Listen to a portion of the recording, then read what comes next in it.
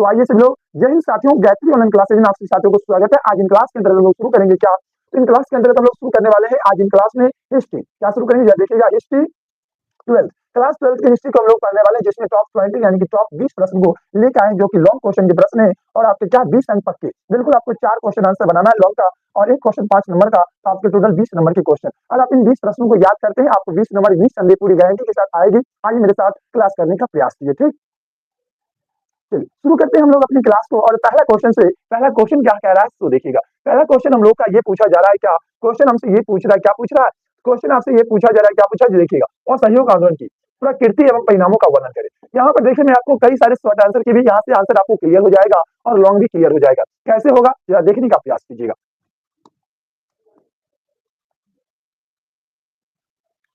असहयोग आंदोलन की प्रकृति एवं परिणाम। पहले हम लोग असहयोग आंदोलन की प्रकृति यानी कि कारण को देख लेंगे, और जब कारण को देखेंगे उसके बाद क्या करेंगे, उसके परिणामों को देखेंगे। उसके बाद उसको क्या करेंगे, असहयोग आंदोलन के महत्व को देखेंगे, और सहयोग आंदोलन क्या क्या महत्व हुआ, उनसे क्या परिणाम मिला, यानी कि इन सभी चीजों को क्या करेंगे हम लोग फिर देखने का प्रयास करेंगे। आइए दोनों चीजों को बारीकी से देखते हैं, आपको 2 शॉर्ट आंसर जोड़ते हैं तो आपका एक लॉन्ग आंसर बन जाएगा।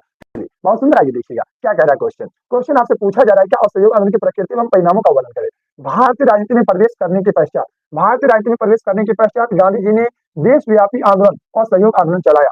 इस आंदोलन ने गांधी जी के राष्ट्रीय आंदोलन का क्या सर्वमान्य नेता बनाया गया। और ये जो असहयोग आंदोलन के नेतृत्व करता थे वे कौन थे, महात्मा गांधी थे। यानी कि महात्मा गांधी के नेतृत्व में क्या हुआ था, महात्मा गांधी के नेतृत्व में असहयोग आंदोलन हुआ था। असहयोग आंदोलन पहला क्वेश्चन ऑब्जेक्टिव, असहयोग आंदोलन किसके नेतृत्व में, महात्मा गांधी के नेतृत्व में हुआ था। ठीक, आगे बढ़िएगा। असहयोग आंदोलन के कारण, ये जो असहयोग आंदोलन है, असहयोग आंदोलन किन कारण से हुए, आखिर ऐसा क्या कारण हुआ जिसके कारण क्या हुआ, असहयोग आंदोलन हुआ था, जरा देखने का प्रयास कीजिएगा। प्रथम विश्व युद्ध के पश्चात उत्पन्न, प्रथम विश्व युद्ध के पश्चात उत्पन्न आर्थिक असंतोष, अकाल, महामारी से किसानों, मजदूरों एवं अन्य वर्गों में असंतोष फैल रहा था। जब प्रथम विश्व युद्ध के पश्चात क्या हुआ, उत्पन्न आर्थिक असंतोष और क्या अकाल महामारी से क्या हुआ, किसान मजदूर अन्य वर्गों में असंतोष फैल रहा था। 1919 में सुधार अधिनियम में शिक्षक, 1919 के सुधार अधिनियम में शिक्षित भारतीय भी संतुष्ट नहीं हो सके। यानी कि अब जो पढ़े लिखे भारतीय लोग थे, जो शिक्षित लोग थे, अब वे भी असंतुष्ट होना शुरू हो चुके। पहले किसान असंतुष्ट हुआ, अकाल जब महामारी अकाल आया उसके बाद क्या हुआ, किसान असंतुष्ट हुए, मजदूर असंतुष्ट हुए, और अन्य वर्ग के लोग असंतुष्ट हुए। उसके बाद क्या हुआ, 1919 के जो अधिनियम आए, सुधार अधिनियम आए, उनमें क्या हुआ, जो शिक्षित लोग थे, जो पढ़े लिखे लोग थे, वे लोग भी क्या हो गए, असंतुष्ट होने लगे, यानी कि संतुष्ट नहीं हो सके। क्रांतिकारी आंदोलन का विकास हो रहा था, और यहीं से क्या हुआ, यहीं से आपका क्रांतिकारी आंदोलन का विकास हो रहा था। बिल्कुल, क्रांतिकारी आंदोलन का विकास हो रहा था। सरकार ने इसका बहाना बनाकर दमनात्मक कार्रवाई आरंभ कर दी। और सरकार ने क्या क्या बहाना बना के क्या क्या दमनात्मक कार्रवाई का मतलब क्या, यानी कि अपनी ताकतों का प्रयोग करके उसे दबा देना, उसी को क्या कहते हैं, दमनात्मक कार्रवाई करना आरंभ कर दिया। इसी का परिणाम रॉलेट एक्ट कानून का पारित होना था। आपको रॉलेट एक्ट के बारे में कुछ ना कुछ तो जानकारी जरूर होगा, क्योंकि ये शॉर्ट आंसर की क्लास में नहीं करवाए थे। रॉलेट एक्ट जो क्या था, मैं आपको नहीं जानकारी मैं बताता हूँ क्या था। रॉलेट एक्ट, नो अपील, न दलील, न वकील, केवल संदेह के आधार पर गिरफ्तार करना ही क्या था, तो केवल संदेह के आधार पर गिरफ्तार करना ही रॉलेट एक्ट था। क्या था, रॉलेट एक्ट था। रॉलेट एक्ट के तहत किसी व्यक्ति को केवल क्या था, संदेह के आधार पर गिरफ्तार कर लिया जाता था। गिरफ्तार करने के बाद क्या था, उसे नो अपील, न दलील, न वकील, कुछ भी आप नहीं करवा सकते थे। इसी रॉलेट एक्ट को काला कानून भी कहा जाता था। और रॉलेट एक्ट का क्या था, रॉलेट एक्ट जो है सर सिडनी रॉलेट के द्वारा पारित किया गया था। और रॉलेट एक्ट का मुख्य उद्देश्य क्या था, वे जो जो क्या थे, आंदोलन करने वाले लोग थे, यानी कि लोगों को आंदोलन करने के लिए भड़काने वाले लोग, यानी कि उसको उत्सुक करने वाले लोग थे, तैयार करने वाले लोग थे, उन्हें क्या करना, बंदी बना के कारागार में डाल देना, ताकि लोग में डर का माहौल पैदा हो जाए, और लोग क्या हो, अधिकार मांगने से चुप बैठ जाए। यही इसका मुख्य उद्देश्य था। ठीक, परिणाम रहा था। तथा इस काला कानून की भारतीयों में व्यापक प्रक्रिया हुई। इसके विरोध में होने वाले प्रदर्शन को दबाने के क्रम में जलियांवाला बाग हत्याकांड हुआ। आपको याद होगा क्या, तो यही रॉलेट एक्ट के विरोध में क्या हुआ था, पंजाब के अमृतसर में एक जलियांवाला में क्या हुआ था, सभा बुलाई गई थी, और उन सभा पर जनरल ओ डायट और जनरल आर डायट के आदेश पर उन निहत्थे लोगों पर गोलियां बरसा दी गई। और जलियांवाला बाग हत्याकांड के लिए एक समिति, जलियांवाला बाग हत्याकांड के जांच के लिए एक समिति का गठन किया गया था, जिन समिति का नाम था हंटर समिति। याद रखिएगा, ऑब्जेक्टिव में क्वेश्चन पूछेगा, क्या तो जलियांवाला बाग हत्याकांड के लिए किन समिति का गठन किया गया, जलियांवाला बाग हत्याकांड के लिए हंटर समिति का गठन किया गया। कौन सी समिति, हंटर समिति का गठन किया गया, हंटर समिति का गठन किया गया। उसके बाद याद रखेंगे नीरज कुमारी जेल, तो हंटर समिति का गठन किया गया। उसके बाद क्या कह रहा, गठन हुआ जिसने गांधी जैसे अहिंसक व्यक्ति को हिलाकर रख दिया। गांधी जी न्याय प्रक्रिया में उनका विश्वास समाप्त हो गई। उन्होंने 1 अगस्त 1920 को असहयोग आंदोलन आरंभ कर दिया, और यहीं से क्या हुआ, असहयोग आंदोलन की नींव पड़ना शुरू हो गया। ये सारे कारण क्या हुए, ये सारे कारण जो है असहयोग आंदोलन की नींव तैयार कर दी, बेस तैयार कर दिया। अब यहाँ से असहयोग आंदोलन की नींव पड़ना शुरू हो गई। ये सारे कारण होने के बाद उन्होंने क्या किया, 1 अगस्त 1920 को असहयोग आंदोलन आरंभ करने की घोषणा कर दी। खिलाफत क्या खिलाफत कमेटी ने भी, खिलाफत जो कमेटी है, खिलाफत कमेटी आपको याद होगा, खिलाफत आंदोलन जो है ये मार्च 1919 में हुआ था। मार्च 1919 में ये भी किनके नेतृत्व में, महात्मा गांधी के नेतृत्व में हुआ था। खिलाफत कमेटी ने भी 1 अगस्त 1920 को असहयोग आंदोलन आरंभ कर दिया, और वे खिलाफत कमेटी ने भी क्या किया, 1 अगस्त 1920 को असहयोग आंदोलन की शुरुआत कर दी।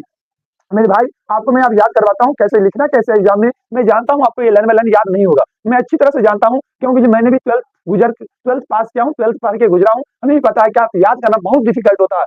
और हम लोग के समय में तो ऐसा कोई सुविधा भी नहीं था, सर हम लोग के समय में सीधे बोलते थे कोई क्वेश्चन है खुद याद कर लो, क्या दिक्कत है, ऐसी होती थी। मैं आइए आपको याद करवाता हूँ, आंसर आपको कैसे लिखना है मैं आपको वे समझाता हूँ। हेडिंग दे दीजिएगा क्या, तो भारतीय राजनीति में प्रवेश करने के पश्चात गांधी जी ने देशव्यापी आंदोलन और सहयोग आंदोलन चलाया। इस आंदोलन ने गांधी जी को राष्ट्रीय आंदोलन का सर्वमान्य नेता बनाया। ये लाइन तो याद रहेगा, बिल्कुल याद रहेगा, इन लाइन को याद रखिएगा। उसके बाद असहयोग आंदोलन के कारण लिख के डैश दीजिएगा, और यहाँ से लिखिएगा असहयोग आंदोलन के कारण, यहाँ से लिखिएगा आपको कैसे लिखना है, यानी कि असहयोग आंदोलन से पीछे की जो पृष्ठभूमि तैयार हुआ उन पृष्ठभूमियों को लिखना है। पृष्ठभूमि तैयार क्या हुआ, आपको याद होगा, प्रथम विश्व युद्ध, जो कि 1914 में शुरू हुआ और 1918 में जाके समाप्त हो गया। प्रथम विश्व युद्ध में आपको याद होगा अंग्रेजों के द्वारा दिए गए वादे, अंग्रेजों ने वादा क्या दिया था, अंग्रेजों ने कहा था आप लोग भारतीयों से कहा था आप लोग हमें साथ दीजिए प्रथम विश्व युद्ध में, और हम विजय होंगे तो भारत को आजाद कर देंगे, पहली बात। और महात्मा गांधी समेत और भी नेताओं ने क्या किया, प्रथम विश्व युद्ध में अंग्रेजों को साथ दिया भी, लेकिन इन्हें मिला क्या, जब अंग्रेजों का विजय हुआ, विजय होने के बाद अंग्रेजों ने क्या किया, इन लोगों के साथ दमन कार्मक नीति को अपनाया। दमन कर्मा का नीति का मतलब है जैसे दमन करने की नीतियों के जैसे रोल एक्ट जैसे नीति लाया, यानी कि आजाद करने के बदले में क्या लाया, और रॉलेट एक्ट जैसी नीतियों को लाया, जिन नीतियों के तहत क्या था, किसी व्यक्ति को बिना किसी पूछे समझे केवल संदेह के आधार पर गिरफ्तार कर लिया जाता था। ऐसे ऐसे नीतियों लाकर क्या किया अंग्रेजों ने, क्या किया, भारतीयों को दबाना शुरू कर दिया। इन्हीं से पृष्ठभूमि यहीं से तैयार हुई, असहयोग आंदोलन की पृष्ठभूमि तैयार होती गई। और जैसे ही असहयोग ये रोलेट एक्ट के विरोध के लिए पंजाब के अमृतसर में जलियांवाला बाग में एक सभा बुलाई गई थी, उन सभा पर जनरल ओ डायट और जनरल आर डायट के आदेश पर उन निहत्थे लोगों पर क्या हुआ, गोलियां बरसाई गई, और जिन भीड़ों में क्या हुआ, हजारों प्लस लोगों की मौत हुई। लेकिन उन जलियांवाला बाग हत्याकांड के जांच के लिए एक समिति का गठन किया गया था, जिसका नाम था हंटर समिति। क्या नाम था, हंटर समिति। उन हंटर समिति के तहत बताया गया 379 लोगों की मौत हुई है। हंटर समिति ने क्या बताया, हंटर समिति ने बताया था ये जो आप जलियांवाला बाग हत्याकांड देखते हैं, इन जलियांवाला बाग हत्याकांड में कितना 379 लोगों की मौत हुई है, लेकिन वास्तव में 1000 प्लस लोगों की मौत हुई थी। इन सभी चीजों को देखते हुए महात्मा गांधी को भी क्या हुआ, महात्मा गांधी का भी हृदय दहल गया, और जो व्यक्ति न्याय प्रक्रिया में विश्वास करते थे उन लोगों ने, उन व्यक्ति ने भी क्या किया, उन व्यक्ति का भी न्याय प्रक्रिया से विश्वास उठ गया, और उन्होंने क्या किया, 1 अगस्त 1920 को असहयोग आंदोलन का आह्वान किया, और साथ ही साथ खिलाफत कमेटी ने भी 1 अगस्त 1920 को क्या किया, असहयोग आंदोलन की शुरुआत कर दी। ये मेरे भाई आपका क्या हो गया, असहयोग आंदोलन के कारण, यानी कि पृष्ठभूमि तैयार हो गया। अब मैं आगे बढ़ूंगा इसके परिणाम पर। असहयोग आंदोलन हुआ, इसका क्या परिणाम मिला, आखिर ये आंदोलन आंदोलन तो हो गया, लेकिन इन आंदोलन का क्या प्रभाव हमें मिला, चलिए उन पर मैं बात करता हूँ। असहयोग आंदोलन के कारणों पर क्या प्रभाव मिला, असहयोग आंदोलन के कारणों पर क्या प्रभाव मिला, चलिए उन पर भी बात करने का प्रयास करते हैं। तो असहयोग आंदोलन के महत्व, जरा महत्व को देखिएगा मेरे भाई, जरा अच्छा से देखिएगा, मैं आपको आश्वासन दिलाता हूँ, आपको मैं महत्व भी याद करवा दूंगा, बिल्कुल याद करवा दूंगा। क्या असहयोग आंदोलन के महत्व, 5 फरवरी 1922 को गोरखपुर जिला में चौरी चौरा स्थान में क्या कुड भीड़ ने पुलिस द्वारा गोली चलाए जाने के विरोध में थाने में आग लगा दी। इनमें अनेक पुलिस कर्मचारी जिंदा जल गए। गांधी जी को इस घटना से दुखी हुआ और आंदोलन वापस ले लिया। गांधी जी द्वारा असहयोग आंदोलन वापस लेने की घटना को पूरा देश क्या देश स्तर पर पूरा देश अस्तबद्ध रहा। अस्तबद्ध है चीजें, क्या पूरा देश अस्त व्यस्त, यानी कि हक्का बक्का आप कह सकते हैं। अगर सिंपल लैंग्वेज कहेंगे तो हक्का बक्का, यानी कि लोग में ऐसा कोई समझ में नहीं आया किसी को, क्या आखिर क्यों असहयोग आंदोलन वापस ले लिया, क्या हुआ, इस घटना ने पूरे देश अस्तबद्ध रह गया। गांधी जी की कूट आलोचना की गई, परंतु गांधी जी आंदोलन में बढ़ती हिंसा से दुखी होकर उसे वापस लेने का निर्णय लिया। और सहयोग आंदोलन की बहिष्करण की नीति पूर्ण रूपेण सफल नहीं हो सकी। न तो विधानसभाओं का बहिष्कार किया जा सका, और न ही 1920 के निर्वाचन को बंद करवाया जा सका। अपने रचनात्मक कार्यों में इसे अधिक सफलता मिली। इस आंदोलन में कांग्रेस और राष्ट्रीय आंदोलन को एक नई दिशा प्रदान की। कांग्रेस और राष्ट्रीय आंदोलन को अनेक जनप्रिय बना दिया। साथ ही इनके कांग्रेस में विभेद भी उत्पन्न कर दिया, जिससे स्वराज्यवादियों का उदय हुआ। और यहीं से क्या हुआ, स्वराज्यवादियों का उदय हुआ, स्वराज पार्टी का गठन हुआ। जैसे कि आपको पता होगा, स्वराज पार्टी का गठन जो है 1 जनवरी 1927 को हुआ था, स्वराज पार्टी का गठन। और कौन, चित्तरंजन दास और मोतीलाल नेहरू ने किया था। आइए मैं आपको परिणामों को समझाता हूँ। इसको आपने पढ़ लिया, देख लिया, बहुत अच्छा। असहयोग आंदोलन के महत्व को समझाता हूँ, इसका क्या महत्व मिला। असहयोग आंदोलन का महत्व ये हुआ, क्या तो आपको याद अच्छी तरह से होगा, 5 फरवरी 1922 को क्या उत्तर प्रदेश के गोरखपुर जिला में एक चौरी चौरा कांड हुई थी। आपको मैं यहाँ से 1-2 शॉर्ट आंसर भी क्लियर कर दूंगा, और लॉन्ग तो क्लियर हो ही जाएगा। शॉर्ट क्या क्लियर होगा, शॉर्ट आंसर का क्वेश्चन ये पूछता है चौरी चौरा कांड से आप क्या समझते हैं, उनमें भी आप आंसर को लिखिएगा, कोई दिक्कत नहीं होगा, ठीक, या सुनने का प्रयास कीजिएगा, चौरी चौरा कांड भी आपका क्लियर हो जाएगा यहाँ से, ठीक। 5 फरवरी 1922 को गोरखपुर जिला के चौरी चौरा नामक स्थान पर एक क्या हुई थी? स्थान के चौरी चौरा नामक स्थान के क्या कुछ वीरों ने क्या किया? पुलिस द्वारा गोली चलाने का विरोध किया और विरोध करने के बाद लोगों ने पुलिस पर क्या किया? हमला किया। पुलिस अपनी जान बचाने के लिए पुलिस क्या किए? अपने आप की थाने की ओर भागे और पुलिस ने अपने आप को थाने के अंदर बंद कर लिया। लोगों में इतना आक्रोश भरा हुआ था, लोगों ने थाने को चारों ओर से घेर लिया और घेरने के बाद थाने में क्या किया? लोगों ने चारों ओर से घेरने के बाद थाने में आग लगा दिया और आग लगने से क्या हुआ? 21 पुलिस कर्मचारी और एक थानेदार यानी कि टोटल 22 लोग क्या हुए? थाने के अंदर जिंदा जल गए और इससे क्या हुआ? महात्मा गांधी को बहुत दुःख हुआ और महात्मा गांधी दुखी होकर क्या हुए? आंदोलन क्या हुआ? असहयोग आंदोलन जो है हिंसा का रूप लेने लगा था, जिसके कारण महात्मा गांधी ने चौरी चौरा कांड के 7 दिन बाद यानी कि 12 फरवरी 1922 को वापस ले लिया। असहयोग आंदोलन के बहुत सारे और भी परिणाम हुए, जिससे क्या हुआ? जिससे क्या हुआ? तो रचनात्मक कार्यों में तो कई सारे सिद्धता हासिल की, सफलता मिली, लेकिन और भी चीजों में क्या हुआ? सफलता नहीं मिल सका और इसी के बाद स्वराज पार्टी का भी उदय हुआ, स्वराज दल अलग हो गए, स्वराज पार्टी का उदय हुआ। ये सब आपको महत्व में लिख देना है। मैं असहयोग आंदोलन को मैंने पूरी तरह से आपको क्लियर कर दिया हूँ, कोई क्वेश्चन को मैंने छोड़ने का प्रयास नहीं किया हूँ। मैंने आपको कारण भी समझा दिया, परिणाम भी समझा दिया हूँ और यहाँ से 3 शॉर्ट आंसर बनेगा इस क्वेश्चन से। जरा उन क्वेश्चन को सुनिएगा, आंसर आप खुद लिख लीजिएगा, कोई दिक्कत नहीं होगा। मैं आपको क्वेश्चन सुनाता हूँ, क्वेश्चन केवल सुन लीजिए। पहला क्वेश्चन एग्जाम में पूछा जाता है, असहयोग आंदोलन को प्रथम जन आंदोलन क्यों कहते हैं? याद रखिएगा, शॉर्ट आंसर है क्वेश्चन। असहयोग आंदोलन को प्रथम जन आंदोलन क्यों कहते हैं? असहयोग आंदोलन को प्रथम जन आंदोलन इसलिए कहते हैं, इसमें समाज के हर एक वर्ग, हर एक कास्ट के लोग शामिल थे और यह आंदोलन पूरे देश स्तर पर फैली थी और इसलिए इसको क्या कहते हैं? असहयोग आंदोलन कहते हैं। दूसरा क्वेश्चन, असहयोग आंदोलन जो है, असहयोग आंदोलन के महत्व का वर्णन करें या असहयोग आंदोलन के महत्व को लिखिए। असहयोग आंदोलन का महत्व आपका यही हुआ, इन्हीं महत्व को लिखना है क्या? असहयोग आंदोलन का आपका महत्व क्लियर हो जाएगा। महत्व क्या था? इसका अगर महत्व न याद रहे तो याद रखिएगा। असहयोग आंदोलन का महत्व क्या था? इसमें विदेशी वस्तुओं का बहिष्कार किया गया, विदेशी वस्तुओं की, विदेशी कपड़ों का होड़ जलाई गई और स्वदेशी वस्तुओं को अपनाने की बात कही गई। ठीक, इतना तो याद रहेगा मेरे भाई, बिल्कुल याद रहेगा। अगला क्वेश्चन पूछेगा, असहयोग आंदोलन स्थगित क्यों कर दिया गया? पूरा का पूरा चौरी चौरा कांड लेके लिख दीजिएगा, असहयोग आंदोलन स्थगित क्यों हुआ? आंसर आपका क्लियर हो जाएगा। चौथा क्वेश्चन आपसे पूछेगा, क्या चौरी चौरा कांड के बारे में आप क्या जानते हैं? आप चौरी चौरा कांड के बारे में लिख दीजिएगा, बस अभी जो आपको समझाए थे पीछे हो जाए आंसर। एक पांचवा क्वेश्चन पूछेगा, और सहयोग आंदोलन में महात्मा गांधी की क्या भूमिका रही? आप इन बातों को अच्छी तरह से लिखिएगा, क्योंकि जो असहयोग आंदोलन किनके नेतृत्व में? महात्मा गांधी के नेतृत्व हुआ था, ये रही भूमिका। मैंने आपको इन क्वेश्चन से 5 आपको मैंने शॉर्ट आंसर क्लियर कर दिया हूँ, एक लॉन्ग आंसर क्लियर किया हूँ। मेरी उम्मीद है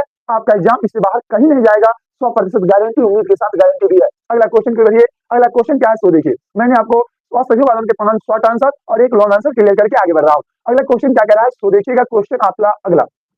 और मैं आप लोग से आश्वासन भी विश्वास करता हूँ आप लोगों को भी समझ आ रहा होगा। अगर नहीं आ रहा होगा तो पूरा वीडियो को पहले देखिए और जिन जिन प्रश्नों में दिक्कत होगा उन प्रश्नों को कमेंट बॉक्स में टैप कर दीजिएगा। ठीक, अगला क्वेश्चन आपसे पूछा जा रहा है, हड़प्पा सभ्यता की सामाजिक और आर्थिक स्थिति की विवेचना करें। मेरा लॉन्ग आंसर थोड़ा सा डिफिकल्ट क्वेश्चन मैंने सेट किया हूँ, इसके लिए आप लोग थोड़ा माफ कीजिएगा हमें, लेकिन एग्जाम में भी ऐसा ही क्वेश्चन देगा। ठीक, मैंने यहाँ पर आपको कर दिया हूँ हड़प्पा सभ्यता की सामाजिक, क्या है क्वेश्चन?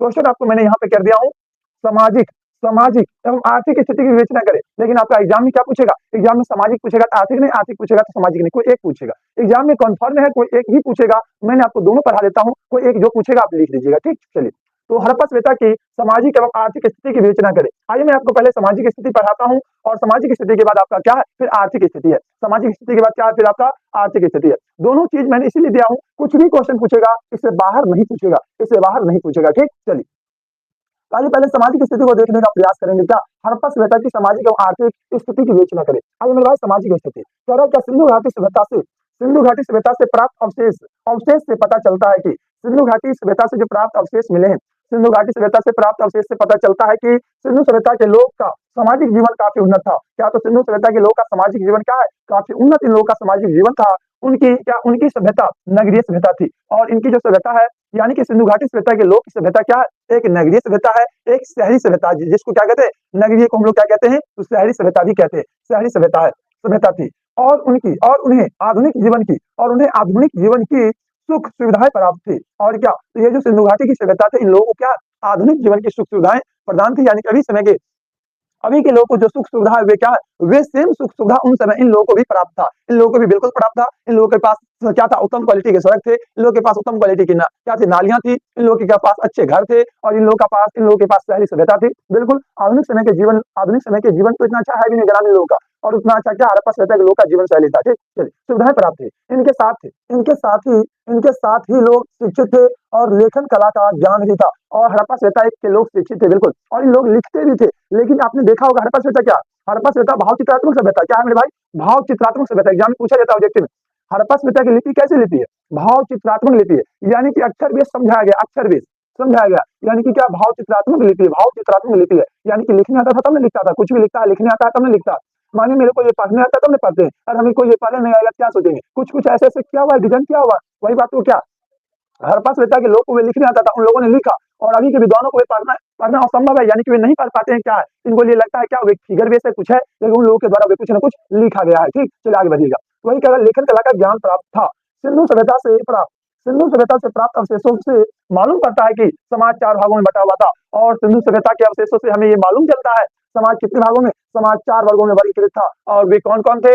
ऑप्शन कह रहा विद्वान, क्या विद्वान, योद्धा, और क्या व्यवसायी, और क्या श्रमिक। यानी कि अभी के समय में आप 4 वर्ण सुनते हैं, एक क्षत्रिय, ब्राह्मण, वैश्य, शूद्र, क्षत्रिय, ब्राह्मण, वैश्य, शूद्र। यहाँ पर आपका क्षत्रिय ये हो गया, ब्राह्मण ये हो गया, और वैश्य ये हो गया, और शूद्र ये हो गया। लेकिन उस समय में क्या था, उस समय में वर्ण व्यवस्था नहीं था, उस समय में इनका व्यवस्था अलग था। क्या था? विद्वान, योद्धा, व्यवसायी और श्रमिक, ये इन 4 वर्गों में क्या है, समाज वर्गीकृत था। इन लोगों का कहने का मतलब ये था। ठीक, समाज की न्यूनतम इकाई, समाज की जो न्यूनतम इकाई है वो परिवार थी। समाज की न्यूनतम इकाई क्या परिवार थी, और परिवार जो है मातृ सत्तात्मक थी। ये एग्जाम में ऑब्जेक्टिव पूछा ही जाता है मेरे भाई, एग्जाम में क्वेश्चन रहता है। हड़प्पा सभ्यता का समाज कैसा था? हड़प्पा सभ्यता का समाज मातृ सत्तात्मक समाज थी। कैसी समाज थी? मातृ सत्तात्मक समाज थी। ये लोग बड़े शांति प्रिय थे, और ये लोग क्या थे? ये लोग युद्ध नहीं करते थे, ये लोग शांति प्रिय लोग थे, युद्ध नहीं करते थे, और युद्ध नहीं करते थे। ये आपको हड़प्पा सभ्यता के पतन जब पढ़ाएंगे ना, वहां पे समझ में आएगा ये लोग क्यों युद्ध नहीं करते थे, क्या कारण था। ठीक, आगे बढ़िएगा। ये लोग शांति प्रिय थे और युद्ध से घृणा करते थे, युद्ध करते ही नहीं थे, घृणा करते थे तो कहां से करेगा। सिंधु सभ्यता के लोगों का, सिंधु सभ्यता के लोगों का क्या भोजन सदा और पौष्टिक था। उन्हें गेहूं और जौ की प्रधानता थी। और सिंधु सभ्यता के लोगों में क्या, गेहूं और जौ। गेहूं तो आप लोग देखे होंगे, जौ किसको कहते हैं? मैदा जो होता है ना आपका, मैदा, मैदा जौ का ही आता है। जौ के पीसने के बाद मैदा बनता है, और गेहूं को पीसने के बाद क्या बनता है? गेहूं की आटा बनती है, और जौ पीसने के बाद मैदा बनता है। जौ के साथ और भी कुछ कुछ मिला के पीसता होगा ताकि मैदा बनता है। ठीक, तो गेहूं और जौ की क्या प्रधानता थी। सब क्या फल और विभिन्न तरह की सब्जियां भी इनके भोजन में शामिल था। ये लोग दूध और दूध से बनी सामग्री का भी प्रयोग करते थे। इनके भोजन में भेड़, मछली, कछुआ और अंडे भी शामिल थे। पहनावा ओढ़ावा में सूती और ऊनी वस्त्रों का प्रयोग करते थे। ये लोग पहनावा ओढ़ावा में क्या करते थे? पहनावा ओढ़ावा यानी कि जो वस्त्र पहनते वही, उनमें ये लोग सूती एवं ऊनी वस्त्र का प्रयोग करते थे। स्त्री और पुरुष में आभूषण का बड़ा शौक था। और हड़प्पा सभ्यता के लोग क्या थे? महिला और पुरुष दोनों आभूषण पहनते थे। कान की बाली, अब के समय में क्या होता है, अभी के समय में अगर कोई लड़का क्या हो, कान में छेद करवा ले, कान में बाली पहन ले, उसको सब क्या कहेगा? लफुआ लफंदर, क्या क्या नहीं कहेगा, कोई ठीक नहीं। गांव के जो बूढ़ा वे सब होंगे, वे सब तो लफुआ लफंदर क्या क्या कहेंगे, उसकी कोई तो लिमिट ही नहीं है। लेकिन हड़प्पा सभ्यता के लोग क्या थे? उन सभ्यता के महिला पुरुष सबके सब आभूषण पहनना ज्यादा पसंद करते थे। आभूषण पहनना क्या करते? ज्यादा पसंद करते थे। ठीक, तो ये सारी बातें थी, आपने देखा ये इन लोगों की सामाजिक जीवन था, जो मैंने आपको बेहतरीन ढंग से समझाने का प्रयास किया हूँ। अब हम आएंगे आगे आर्थिक स्थिति। इन लोगों का आर्थिक स्थिति यानी कि आर्थिक जीवन कैसा है, जरा उन्हें भी आप लोग समझने का थोड़ा सा प्रयास कीजिएगा। ठीक, चलिए देखिएगा आर्थिक जीवन, इन लोगों का आर्थिक जीवन। सिंधु सभ्यता के लोगों के आर्थिक जीवन में, सिंधु सभ्यता के लोगों के आर्थिक जीवन में क्या है? आर्थिक जीवन में कृषि, पशुपालन, व्यापार, व्यवसाय शामिल था। यानी कि सिंधु सभ्यता के लोगों के आर्थिक जीवन में कृषि, पशुपालन, व्यापार, व्यवसाय शामिल था। उस समय सिंधु प्रदेश काफी उपजाऊ था। और उस समय क्या था? उस समय का मतलब किस समय? हड़प्पा सभ्यता के समय, हड़प्पा सभ्यता के समय सिंधु प्रदेश क्या था? काफी उपजाऊ क्षेत्र था, काफी उपजाऊ था। उन दिनों सिंधु नदी के, उन दिनों सिंधु नदी को सिंधु प्रदेश का वरदान समझा जाता था। और उस समय में क्या था? सिंधु नदी को सिंधु प्रदेश का वरदान समझा जाता था। यहाँ लोग गेहूं, जौ, राई, मटर आदि की खेती करते थे। और यहाँ के लोग क्या करते थे? गेहूं, जौ, मटर, राई की खेती करते थे। हड़प्पा, मोहनजोदड़ो और कालीबंगा में, हड़प्पा, मोहनजोदड़ो और कालीबंगा में अनाज भंडार के प्रमाण मिले हैं। आपको याद होगा अन्नागार का साक्ष्य कहां से? अन्नागार का साक्ष्य हमें मोहनजोदड़ो से मिला है। लेकिन अन्नागार हड़प्पा में भी था और कालीबंगा में था, लेकिन सबसे बड़ा मोहनजोदड़ो में था। ऑब्जेक्टिव हम आंसर क्या करते हैं? तो मोहनजोदड़ो कर देते हैं। बिल्कुल, तो क्या मिला हमें? हड़प्पा, मोहनजोदड़ो और कालीबंगा से अन्न भंडार के प्रमाण मिला है। पशुपालन सिंधु सभ्यता के लोगों का, पशुपालन पशुपालन सिंधु सभ्यता के लोगों का कृषि के बाद दूसरा मुख्य पेशा था। याद रखिएगा, हड़प्पा सभ्यता के लोगों का सबसे पहला पेशा, इन लोगों की कृषि पहला पेशा, और दूसरा पेशा क्या है? पशुपालन, जो है इन लोगों की दूसरा पेशा है। बैल, भैंस, बकरी, बैल, भैंस, बकरी, भेड़ तथा सुअर पालते थे। और ये लोग बैल पालते थे, बैल के साथ भैंस पालते थे, भैंस के पास बाद में बकरी पालते थे, उसके बाद भेड़ और सुअर पालते थे, पाले जाते थे। सिंधु सभ्यता के लोगों के पास अन्य क्या उन वस्तुओं के कच्चे माल की कमी नहीं थी जिनका वे निर्माण करते थे। उनकी कोई मुद्रा नहीं थी। और क्या था, हड़प्पा सभ्यता के लोग की कोई मुद्रा नहीं थी, यानी कि उनकी कोई मुद्रा नहीं थी, कोई मुद्रा नहीं थी जिसका निर्माण वे करते थे, उनकी कोई मुद्रा नहीं थी। संभवतः उनका व्यापार वस्तुओं के आदान प्रदान पर आधारित था। वस्तुओं के आदान प्रदान यानी कि वस्तु विनिमय प्रणाली। ऐसा लगता है हड़प्पा सभ्यता के लोगों का व्यापार जो था, व्यापार क्या था, वस्तुओं के आदान प्रदान पर आधारित था, यानी कि आप जिसको कह सकते हैं वस्तु विनिमय प्रणाली कह सकते हैं, वस्तुओं के आदान प्रदान पर आधारित था। और क्या व्यापार, और क्या नौकाएं तथा बैलगाड़ी द्वारा होता था। और इन लोगों की व्यापार कैसे होती थी, नौकाएं यानी कि जल मार्ग से व्यापार होता था नावों के जरिए, तथा बैलगाड़ियों के द्वारा होता था। हड़प्पा के लोग राजस्थान, अफगानिस्तान तथा ईरान के साथ व्यापार करते थे। मेसोपोटामिया में हड़प्पा की अनेक मोहरें मिली है। और मेसोपोटामिया क्या मिली है, मेसोपोटामिया हड़प्पा की अनेक मोहरें भी मिले, अनेक मोहर मिले। मोहर किसको कहते हैं, अभी के समय में आप लोग का जो एडमिट कार्ड स्कूल मिलेगा, उस पर क्या होगा, हेडमास्टर का मोहर लगा हुआ रहेगा। बिल्कुल वही मोहर उस समय भी चलता था। बिल्कुल चलिए, तो और उन लोगों का मोहर किस चीज का, सेलखड़ी का बना होता था, इनको भी याद रखिएगा। हड़प्पा सभ्यता की मोहरें सेलखड़ी की बनी होती थी, इन चीजों को भी याद रखना है। ठीक, मेसोपोटामिया से प्राप्त लिखित क्या विवरणों से पता चलता है कि उनका मेलवा के साथ व्यापारिक संबंध था, जो सिंधु प्रदेश का एक प्राचीन नाम है। जो क्या है, जो सिंधु प्रदेश का एक प्राचीन नाम है। ये हड़प्पा सभ्यता के लोगों का आर्थिक जीवन है। आर्थिक जीवन में आपको लिखना क्या है, उन सभ्यताओं के जीवन में उन लोगों का क्या था क्षेत्र, यानी कि वे लोग कहाँ पे रहते थे, उन लोगों की समाज कैसा समाज था, और उन लोगों का व्यापार क्या था, उन लोग पशुओं को पालन में क्या करते थे, भोजन में क्या करते थे, और किन के साथ व्यापार करते थे। इन तमाम पॉइंटों को लिखिएगा, आपका आर्थिक जीवन क्लियर हो जाएगा। आई होप कि मेरे भाई मैंने आपको दोनों क्वेश्चन करवाऊं हूं, और मैंने आपको दो क्वेश्चन यहाँ पे आपको क्लियर कर दिया हूँ। एक आपको मैंने हड़प्पा सभ्यता के लोगों का आर्थिक जीवन, और एक आपको हड़प्पा सभ्यता के समाजी जीवन, ये दो क्वेश्चन आपके लगभग क्लियर हो चुके होंगे। आगे बढ़ेंगे हम लोग। अगला क्वेश्चन क्या है, तो देखिएगा, भारतीय राष्ट्रीय कांग्रेस की स्थापना कैसे हुई, इसके उद्देश्य। पहली बात तो भारतीय राष्ट्रीय कांग्रेस की स्थापना कैसे हुई, दूसरी बात इसके क्या उद्देश्य थे। आइए जरा देखने का प्रयास कीजिएगा, एकदम धैर्य के साथ देखिएगा। मेरा मानना खुद का है, आपको मैं क्लास से लॉन्ग आंसर तैयार करवा के भेजूंगा। आप एग्जाम में लिख के आइएगा, बेहतर लिख के आइएगा, सबसे बेहतर लिख के आइएगा, जहां तक मेरा मानना है। ठीक, चलिए क्वेश्चन क्या है, भारतीय राष्ट्रीय कांग्रेस की स्थापना कैसे हुई। आगे मैं उद्देश्य अगला पेज पर देख लेंगे, देख सकते हैं उद्देश्य यहाँ होगा, इसके उद्देश्य देख सकते हैं यहाँ पे, इसका क्या भारतीय राष्ट्रीय कांग्रेस के उद्देश्य है। और जो है ये आपका क्या, ये भारतीय राष्ट्रीय कांग्रेस की स्थापना आखिर कैसे हुआ, तो आपको मैं इसमें से आपको 75% बात पहले से याद है, क्या सब याद है, मैं आपको पहले वे याद करवा देता हूँ, फिर इसको देखिएगा तो आसान लगने लगेगा। इसके संस्थापक कौन थे, मैं एक्चुअली क्या होगा भाई,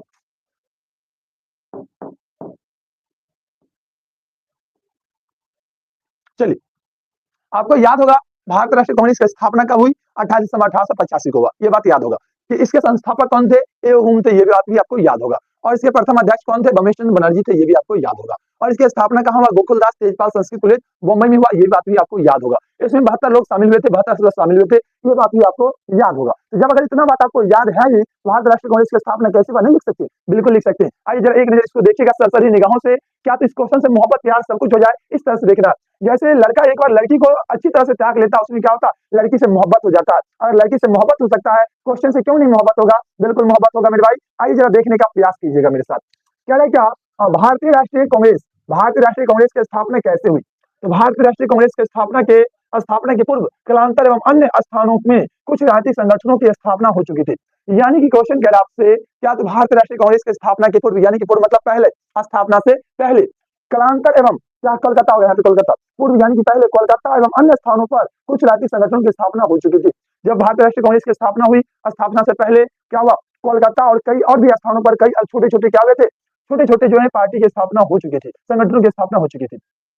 परंतु इन सभी संगठनों का स्वरूप क्षत्रिय था। और इन सभी संगठनों का स्वरूप क्या है, क्षत्रिय। क्षत्रिय का मतलब होता है एक एक क्षेत्र विशेष का, कोई उस क्षेत्र का तो कोई उस क्षेत्र का, यानी कि अलग अलग क्षेत्र का ये लोग थे। ठीक, अखिल भारतीय स्तर पर संगठन की स्थापना की दिशा में पहला सक्रिय प्रयास एक अवकाश प्राप्त अंग्रेज अधिकारी, अवकाश प्राप्त मतलब क्या होता है, रिटायर्ड व्यक्ति, अवकाश प्राप्त का मतलब रिटायर्ड व्यक्ति। ठीक, अवकाश प्राप्त का मतलब रिटायर्ड व्यक्ति होता है। एक क्या दिशा में पहला सक्रिय प्रयास एक अवकाश प्राप्त अंग्रेज अधिकारी ए ओ हुम द्वारा किया गया था। वे भारत में क्या है, अंग्रेजी सरकार के विरुद्ध बढ़ते और संतोष से चिंतित थे। वे अंग्रेजी सरकार के विरुद्ध क्या थे, बढ़ते और संतोष से चिंतित थे। वे सशस्त्र संघर्ष की संभावना को टालना चाहते थे। अतः वे क्या सुरक्षा कपाट के रूप में कांग्रेस की स्थापना करना चाहते थे। वही भारतीय इस बात से क्या है, सशंकित थे कि अगर वे अपनी कोई राजनीतिक संगठन बनाएंगे तो उन्हें सरकार का क्या है, कोप भाजन बनना पड़ेगा।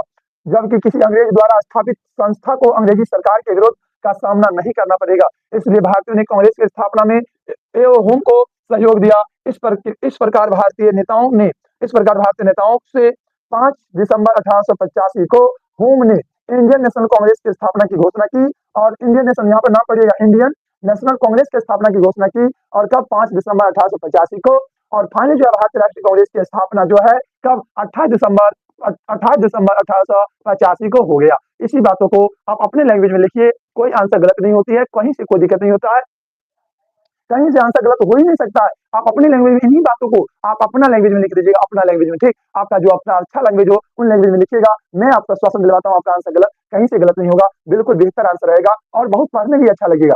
आज आगे बढ़ेंगे। भारतीय राष्ट्रीय कांग्रेस के क्या उद्देश्य थे? उद्देश्य इनका क्या है? जरा उद्देश्य को देखने का प्रयास कीजिएगा। हर व्यक्ति का अपना अपना उद्देश्य होता है, आपका भी उद्देश्य होगा। हमें भी क्या करना, अब की बार 450 पार का नारा पूरा करना है, और हमें भी उद्देश्य है हमारा स्टूडेंट इस बार क्या करे, अच्छा अंक लावे, अच्छा से अच्छा कुछ करे, और यही हर व्यक्ति का क्या होता है, उद्देश्य होता है। बिल्कुल, आइए आगे बढ़िए। अगला क्वेश्चन क्या है? कांग्रेस के उद्देश्य। कांग्रेस के क्या उद्देश्य थे, देखिएगा। देश सेवा में लगे सभी व्यक्तियों के बीच घनिष्ठता और मित्रता का विकास करना। देश सेवा में लगे सभी व्यक्तियों के बीच क्या है, घनिष्ठता और क्या, मित्रता का विकास करना, और क्या जातीयता और क्या है, प्रत्ययता या धार्मिक भावना से ऊपर उठकर राष्ट्रीय एकता की भावना विकसित करना। राजनीतिक और सामाजिक प्रश्नों पर शिक्षित वर्गों के विचारों को अभिव्यक्त करना। आगामी कार्यक्रमों के रूपरेखा तैयार करना। ये 4 पॉइंट जो है ये भारतीय राष्ट्रीय कांग्रेस के उद्देश्य हैं, जिनको आप लोग देखने का थोड़ा सा प्रयास कीजिएगा, ठीक। चलिए आगे बढ़िए। इस प्रकार क्या है, इस प्रकार कांग्रेस का जन्म भारत में ब्रिटिश शासन के दुश्मन के रूप में नहीं अपितु मित्र के रूप में हुआ था। और कांग्रेस की जब स्थापना हुआ था ना, स्थापना मित्र के रूप में हुआ था, लेकिन वह मित्र क्या हुआ, आगे चलकर दुश्मन बन गया। यानी कि आप कह सकते हैं, क्या तो अंग्रेज ने सोचा था, एवं ने सोचा था, और हम भारतीय राष्ट्रीय कांग्रेस की स्थापना कर देंगे, यहाँ की जो भी बातें होगी, समस्याएं होंगे, वे हमें बताएंगे, और उसे हम क्या करेंगे, आसानी से सुलझा लेंगे। फॉर एग्जाम्पल, इससे पीछे 1857 की क्रांति हुई थी, क्रांति बहुत बड़ी क्रांति हो गई थी, इसलिए अंग्रेज को लगा अगर हम अपने व्यक्ति को, यहाँ के व्यक्ति को हम अपना व्यक्ति समझा के बैठा दूं कहाँ सत्ता पे, लोग सोचेंगे ये तो हमारा अपना है, और यहाँ से क्या होगा, उनके जरिए यहाँ जो आंदोलन होने वाली होगी, कोई भी मवाद या गुण कुछ भी होने वाला होगा, हमें पता चलेगा, और उसे हम क्या करेंगे, अपने हिसाब से दबा सकेंगे, उसे हम क्या करेंगे, दबा सकेंगे। इसलिए इन लोगों ने ऐसे किया था, कांग्रेस की स्थापना किया था, ये इनका उद्देश्य था। चलिए अगला क्वेश्चन कर बढ़िए। अगला क्वेश्चन क्या है, सो देखिएगा। अगला क्वेश्चन क्या है, सो देखिए। अगला क्वेश्चन कह रहा है, विजयनगर साम्राज्य की प्रशासनिक व्यवस्था का वर्णन करें। विजयनगर साम्राज्य की जो प्रशासनिक व्यवस्था है, इनके क्या थे प्रशासनिक व्यवस्था, जरा देखने का प्रयास करेंगे। विजयनगर साम्राज्य के प्रशासनिक व्यवस्था, काफी अच्छा क्वेश्चन है। विजयनगर के शासन व्यवस्था अच्छी थी। विजयनगर के शासन व्यवस्था क्या थी, विजयनगर की जो शासन व्यवस्था थी वह अच्छी थी। इसी कारण यह साम्राज्य शताब्दियों तक अस्थायी रहा। विजयनगर शासन प्रबंध की प्रमुख बातें इस प्रकार है, और विजयनगर शासन प्रबंध की प्रमुख बातें इस तरह से लिखे गए, जरा देखिएगा। इन लोगों का केंद्रीय प्रशासन कैसा था, इन लोगों का प्रांतीय प्रशासन कैसा था, और साथ ही साथ जो है इन लोगों का स्थानीय प्रशासन कैसा था, नगरीय प्रशासन कैसा था। आइए हम लोग एक एक करके सारे पॉइंटों को देखने का प्रयास करते हैं। एक एक करके सारे पॉइंटों को देखेंगे, एकदम एक अलग ही लहजा में, एक अलग ही रुतबा और अलग ही लहजा में क्या करेंगे, हम लोग सारे प्रश्नों को देखने का प्रयास करेंगे, ठीक। विजयनगर साम्राज्य के प्रशासनिक व्यवस्था का वर्णन कीजिए। पहला पॉइंट हमारा था क्या है, केंद्रीय प्रशासन। इन लोगों का केंद्रीय प्रशासन कैसा, राजा साम्राज्य का सर्वोच्च अधिकारी होता था। राजा क्या होता है, राजा जो है वह साम्राज्य का सर्वोच्च यानी कि सबसे ऊपर का अधिकारी था। बिल्कुल, राजा सबसे ऊपर के पदों पर कौन था, सबसे ऊपर के पदों पर राजा हुआ करता था। बिल्कुल, ये तो सिंपल बात है, हर कोई समझता है। राजा साम्राज्य के सर्वोच्च अधिकारी होता था। उनके ऊपर किसी प्रकार का अंकुश नहीं था, और राजा के ऊपर क्या था, राजा के ऊपर किसी भी तरह का कोई अंकुश नहीं था। राजा पर कोई अंकुश नहीं लगा सकता था, राजा के ऊपर कोई अंकुश नहीं था। राजा के परामर्श के लिए एक समिति होती थी। कोई काम करने से पहले राजा क्या करेगा, क्या लेगा, परामर्श लेगा। तो राजा को परामर्श करने के लिए एक समिति होती थी। राजा को परामर्श देने के लिए क्या होती थी, एक समिति होती थी, जिसमें प्रधानमंत्री और क्या है, प्रधानमंत्री खजांची तथा मुख्य पुलिस अधिकारी होता था। राज दरबार वैभव और क्या शानो शौकत से पूर्ण होती थी। यानी कि राजा को सहमति देने के लिए, परामर्श देने के लिए एक समिति होती थी। उन्हें प्रधानमंत्री होता था, खजांची होता था, मुख्य पुलिस अधिकारी होता था, ये सब होते थे। और राज दरबार जो है वैभव और शानो और शौकतों से क्या था, भरा हुआ करता था। उसके बाद आगे बढ़िएगा, आगे क्या है सो देखिएगा। अगला प्रांतीय शासन, यानी कि आप केंद्र का स्तर शासन हो गया। केंद्र के बाद जो दूसरा स्तर, जैसे मैं आपको वर्तमान का समझिएगा तो ये समझ में आ जाएगा। एक देश स्तर पे क्या प्रधानमंत्री होता है अभी? बिल्कुल होता है प्रधानमंत्री, लेकिन वास्तविक रूप से कौन है? राष्ट्रपति सबसे ऊपर है। लेकिन अगर संवैधानिक रूप से प्लीज, संवैधानिक रूप से राष्ट्रपति सबसे ऊपर, लेकिन वास्तविक रूप से प्रधानमंत्री सबसे ऊपर। उसी तरह से क्या था उस समय राजा था केंद्र स्तर पर, जैसे भी राज्य स्तर, राज्य पर कौन होता है? मुख्यमंत्री होता है। उसी तरह क्या है? प्रांतीय स्तर, प्रांतीय शासन। तो समस्त राज्य प्रांतों में क्या है तथा प्रांत जिलों में विभक्त था, यानी कि पूरा राज्य क्या प्रांतों में विभक्त था। समस्त राज्य प्रांतों में तथा प्रांत जिलों में विभक्त थे। प्रत्येक जिला अनेक गांव में विभक्त थी और प्रत्येक जिला क्या है वर्तमान अभी की तरह उस समय भी क्या था? प्रत्येक जिला गांव में विभक्त था तथा प्रत्येक प्रांत की व्यवस्था की देखभाल हेतु एक गवर्नर होता था और प्रत्येक प्रांत की व्यवस्था की देखभाल के लिए एक गवर्नर होता था जो राज दरबार का प्रतिनिधित्व करता था, जो क्या करता था? राज दरबार का प्रतिनिधित्व करता था। ये आपका हो गया प्रांतीय शासन। अगला आपका है क्या है पॉइंट? अगला पॉइंट स्थानीय शासन। क्या स्थानीय शासन? और उसके बाद क्या? न्याय प्रणाली। चलिए स्थानीय शासन को देखिए क्या कह रहा। ग्राम राज्य की सबसे छोटी इकाई इस समय ये पूर्णतः आत्मनिर्भर और क्या स्वावलंबी होते थे। गांव में न्याय के लिए पंचायत होती थी। प्रत्येक गांव अपनी आवश्यकता अनुसार वस्तु उत्पन्न कर लेता था। गांव में राजा के कुछ अधिकारी भी नियुक्त किए जाते थे और गांव में क्या था? राजा के कुछ अधिकारी भी नियुक्त किए जाते थे और ग्रामीण स्तर पर जो है वे क्या? तो वह स्थानीय शासन था। ग्रामीण स्तर पर शासन करने वाला कौन था? वो आपका स्थानीय शासन था। वो आपका क्या था? स्थानीय शासन था। ठीक, उसका क्या? न्याय प्रणाली। तो आपका क्वेश्चन क्या था? विजयनगर साम्राज्य की प्रशासनिक व्यवस्था का वर्णन करें। इन लोग का प्रशासनिक व्यवस्था थी बिल्कुल। अगला पॉइंट है न्याय प्रणाली। इस शासन प्रणाली में राजा ही देश की न्याय व्यवस्था का सर्वोच्च होता था। यानी कि किसी को कोई क्या करना है? आप किसी चीज पर न्याय करना है। माने दो व्यक्ति आपस में लड़ाई कर लिया, लड़ाई नहीं कोई बड़ी काम, मैं आपको एग्जाम्पल बताता हूँ। उसका जो न्याय करेगा, न्याय कौन करेगा? राजा करेगा। तो छोटी मोटी तो नीचे भी सुलझा जाता था, बड़ी बड़ी बातों कहाँ राजा तक जाती थी। तो इस शासन प्रणाली में राजा ही देश के न्याय व्यवस्था का सर्वोच्च होता था, सर्वोच्च ये होता था। सभी मुकदमों की अंतिम अपील राजा के पास होती थी। और क्या? सभी मुकदमों की अंतिम अपील जो है कहाँ? सभी मुकदमों की अंतिम अपील राजा के पास होती थी। न्याय विधान हिंदू धर्म के नियमानुसार था और जो न्याय विधान है अभी के हिंदू धर्म जो है उसी तरह में बिल्कुल हिंदू धर्म के नियमानुसार था। कठोर दंड का प्रावधान था। मृत्युदंड, हाथी के पैर से कुचलवा देना, अंग भंग जैसे दंड विशेष परिस्थितियों में दिया जाता था। मेरे भाई सबसे अगर आसान देखा जाए तो फांसी की सजा सबसे आसान होता है। जाओ फांसी पे चढ़ो, एक बार में प्राण छूट जाएगा, मर जाएगा एकदम, कोई दिक्कत नहीं। जब मानो हाथी अपने पैर से कुचलेगा, कितना कष्ट होकर मरेगा सोच के देखना।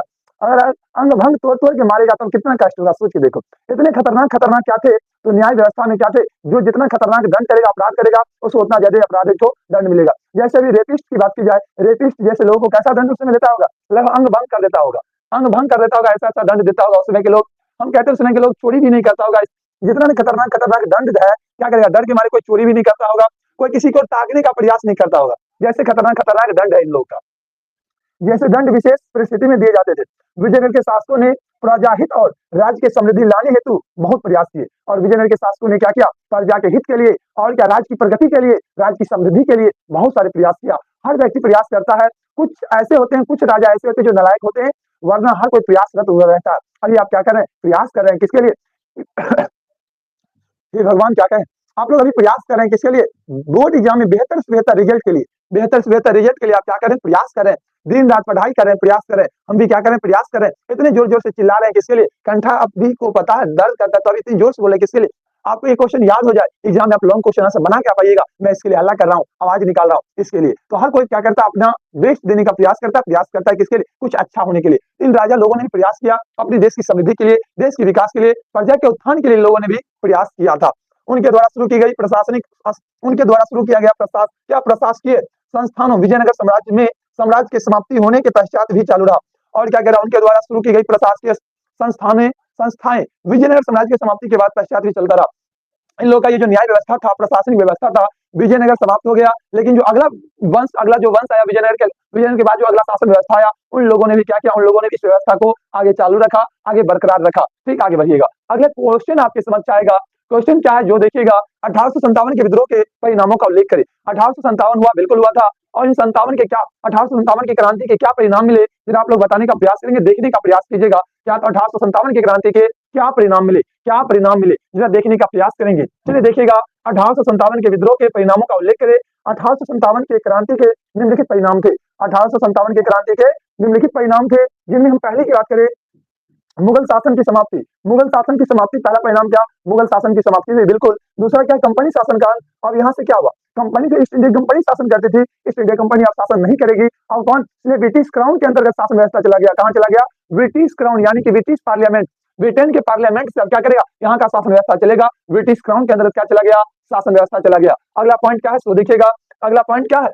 अगला पॉइंट है गवर्नर जनरल की स्थिति में परिवर्तन। अब क्या हुआ? पहले जो है, पहले क्या था? पहले गवर्नर जनरल था, अब क्या होगा? वायसराय हो जाएगा। तो गवर्नर जनरल की स्थिति में क्या हो गया? परिवर्तन हो गया। उसके बाद अगला पॉइंट क्या है? जातीय भेदभाव, जातीय क्या? विभेद को बढ़ावा। और क्या हुआ? यहाँ से जातीय विभेद, जातीय विभेद, विभेद को भी बढ़ावा मिला। और अगला पॉइंट क्या? सेना का पुनर्गठन। आपको याद होगा 1857 की क्रांति के बाद 1858 में पील कमीशन आया था। क्या आया था? पील कमीशन, जिनमें क्या हुआ? सेना व्यवस्था का पुनर्व्यवस्थित किया गया था, और जिसके तहत ये किया गया था, भारतीय सैनिकों की संख्या कम करके और ब्रिटिश सैनिकों की संख्या को बढ़ा दिया गया था। आई होप कि इन सारी बातों को आप लोग समझ पा रहे होंगे। आइए मैं एक एक करके सारे पॉइंटों को देखता हूँ। याद करना बहुत आसान है, मैं आपको ये आपको कहीं से नहीं लगेगा डिफिकल्ट। मैंने छोटा से छोटा आंसर दिया, बिल्कुल छोटा से छोटा आंसर दिया हूँ। मैंने इन सारे आंसर को पहले अपने कॉपी में लिखा हूँ, फिर कॉपी में लिखकर उसमें काट छांट करके और एकदम सटीक से सटीक आंसर दिया हूँ। मेरा कॉपी होगा यहीं पे कहीं होगा, मैं तुम्हें अपना कॉपी दिखाऊंगा।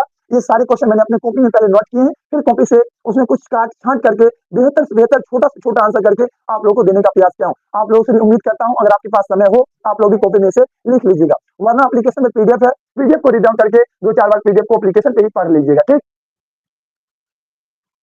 चलिए देखिएगा पहला पॉइंट क्या कह रहा है, तो देखिएगा यहाँ से हम लोग देखना शुरू करते हैं। 1857 के विद्रोह के परिणामों का उल्लेख करें। 1857 की क्रांति के निम्नलिखित परिणाम। पहला, मुगल शासन की समाप्ति। बहादुर शाह जफर को गद्दी से हटाकर रंगून भेज दिया गया और उसके उत्तराधिकारियों की हत्या कर दी गई। अतः बहादुर शाह के साथ ही भारत में मुगल की समाप्ति हो गई। अब क्या हुआ? बहादुर शाह जफर के बाद मुगल में आ गए, मुगल की शासन व्यवस्था समाप्त। मुगलों में क्या हुआ? बहादुर शाह जफर अंतिम शासक रहे, जिनकी शासन पीरियड 1837 से लेकर 1857 तक रहा था, और यहाँ से आपकी मुगल की समाप्ति हो गया, मुगल रफा दफा हो गया,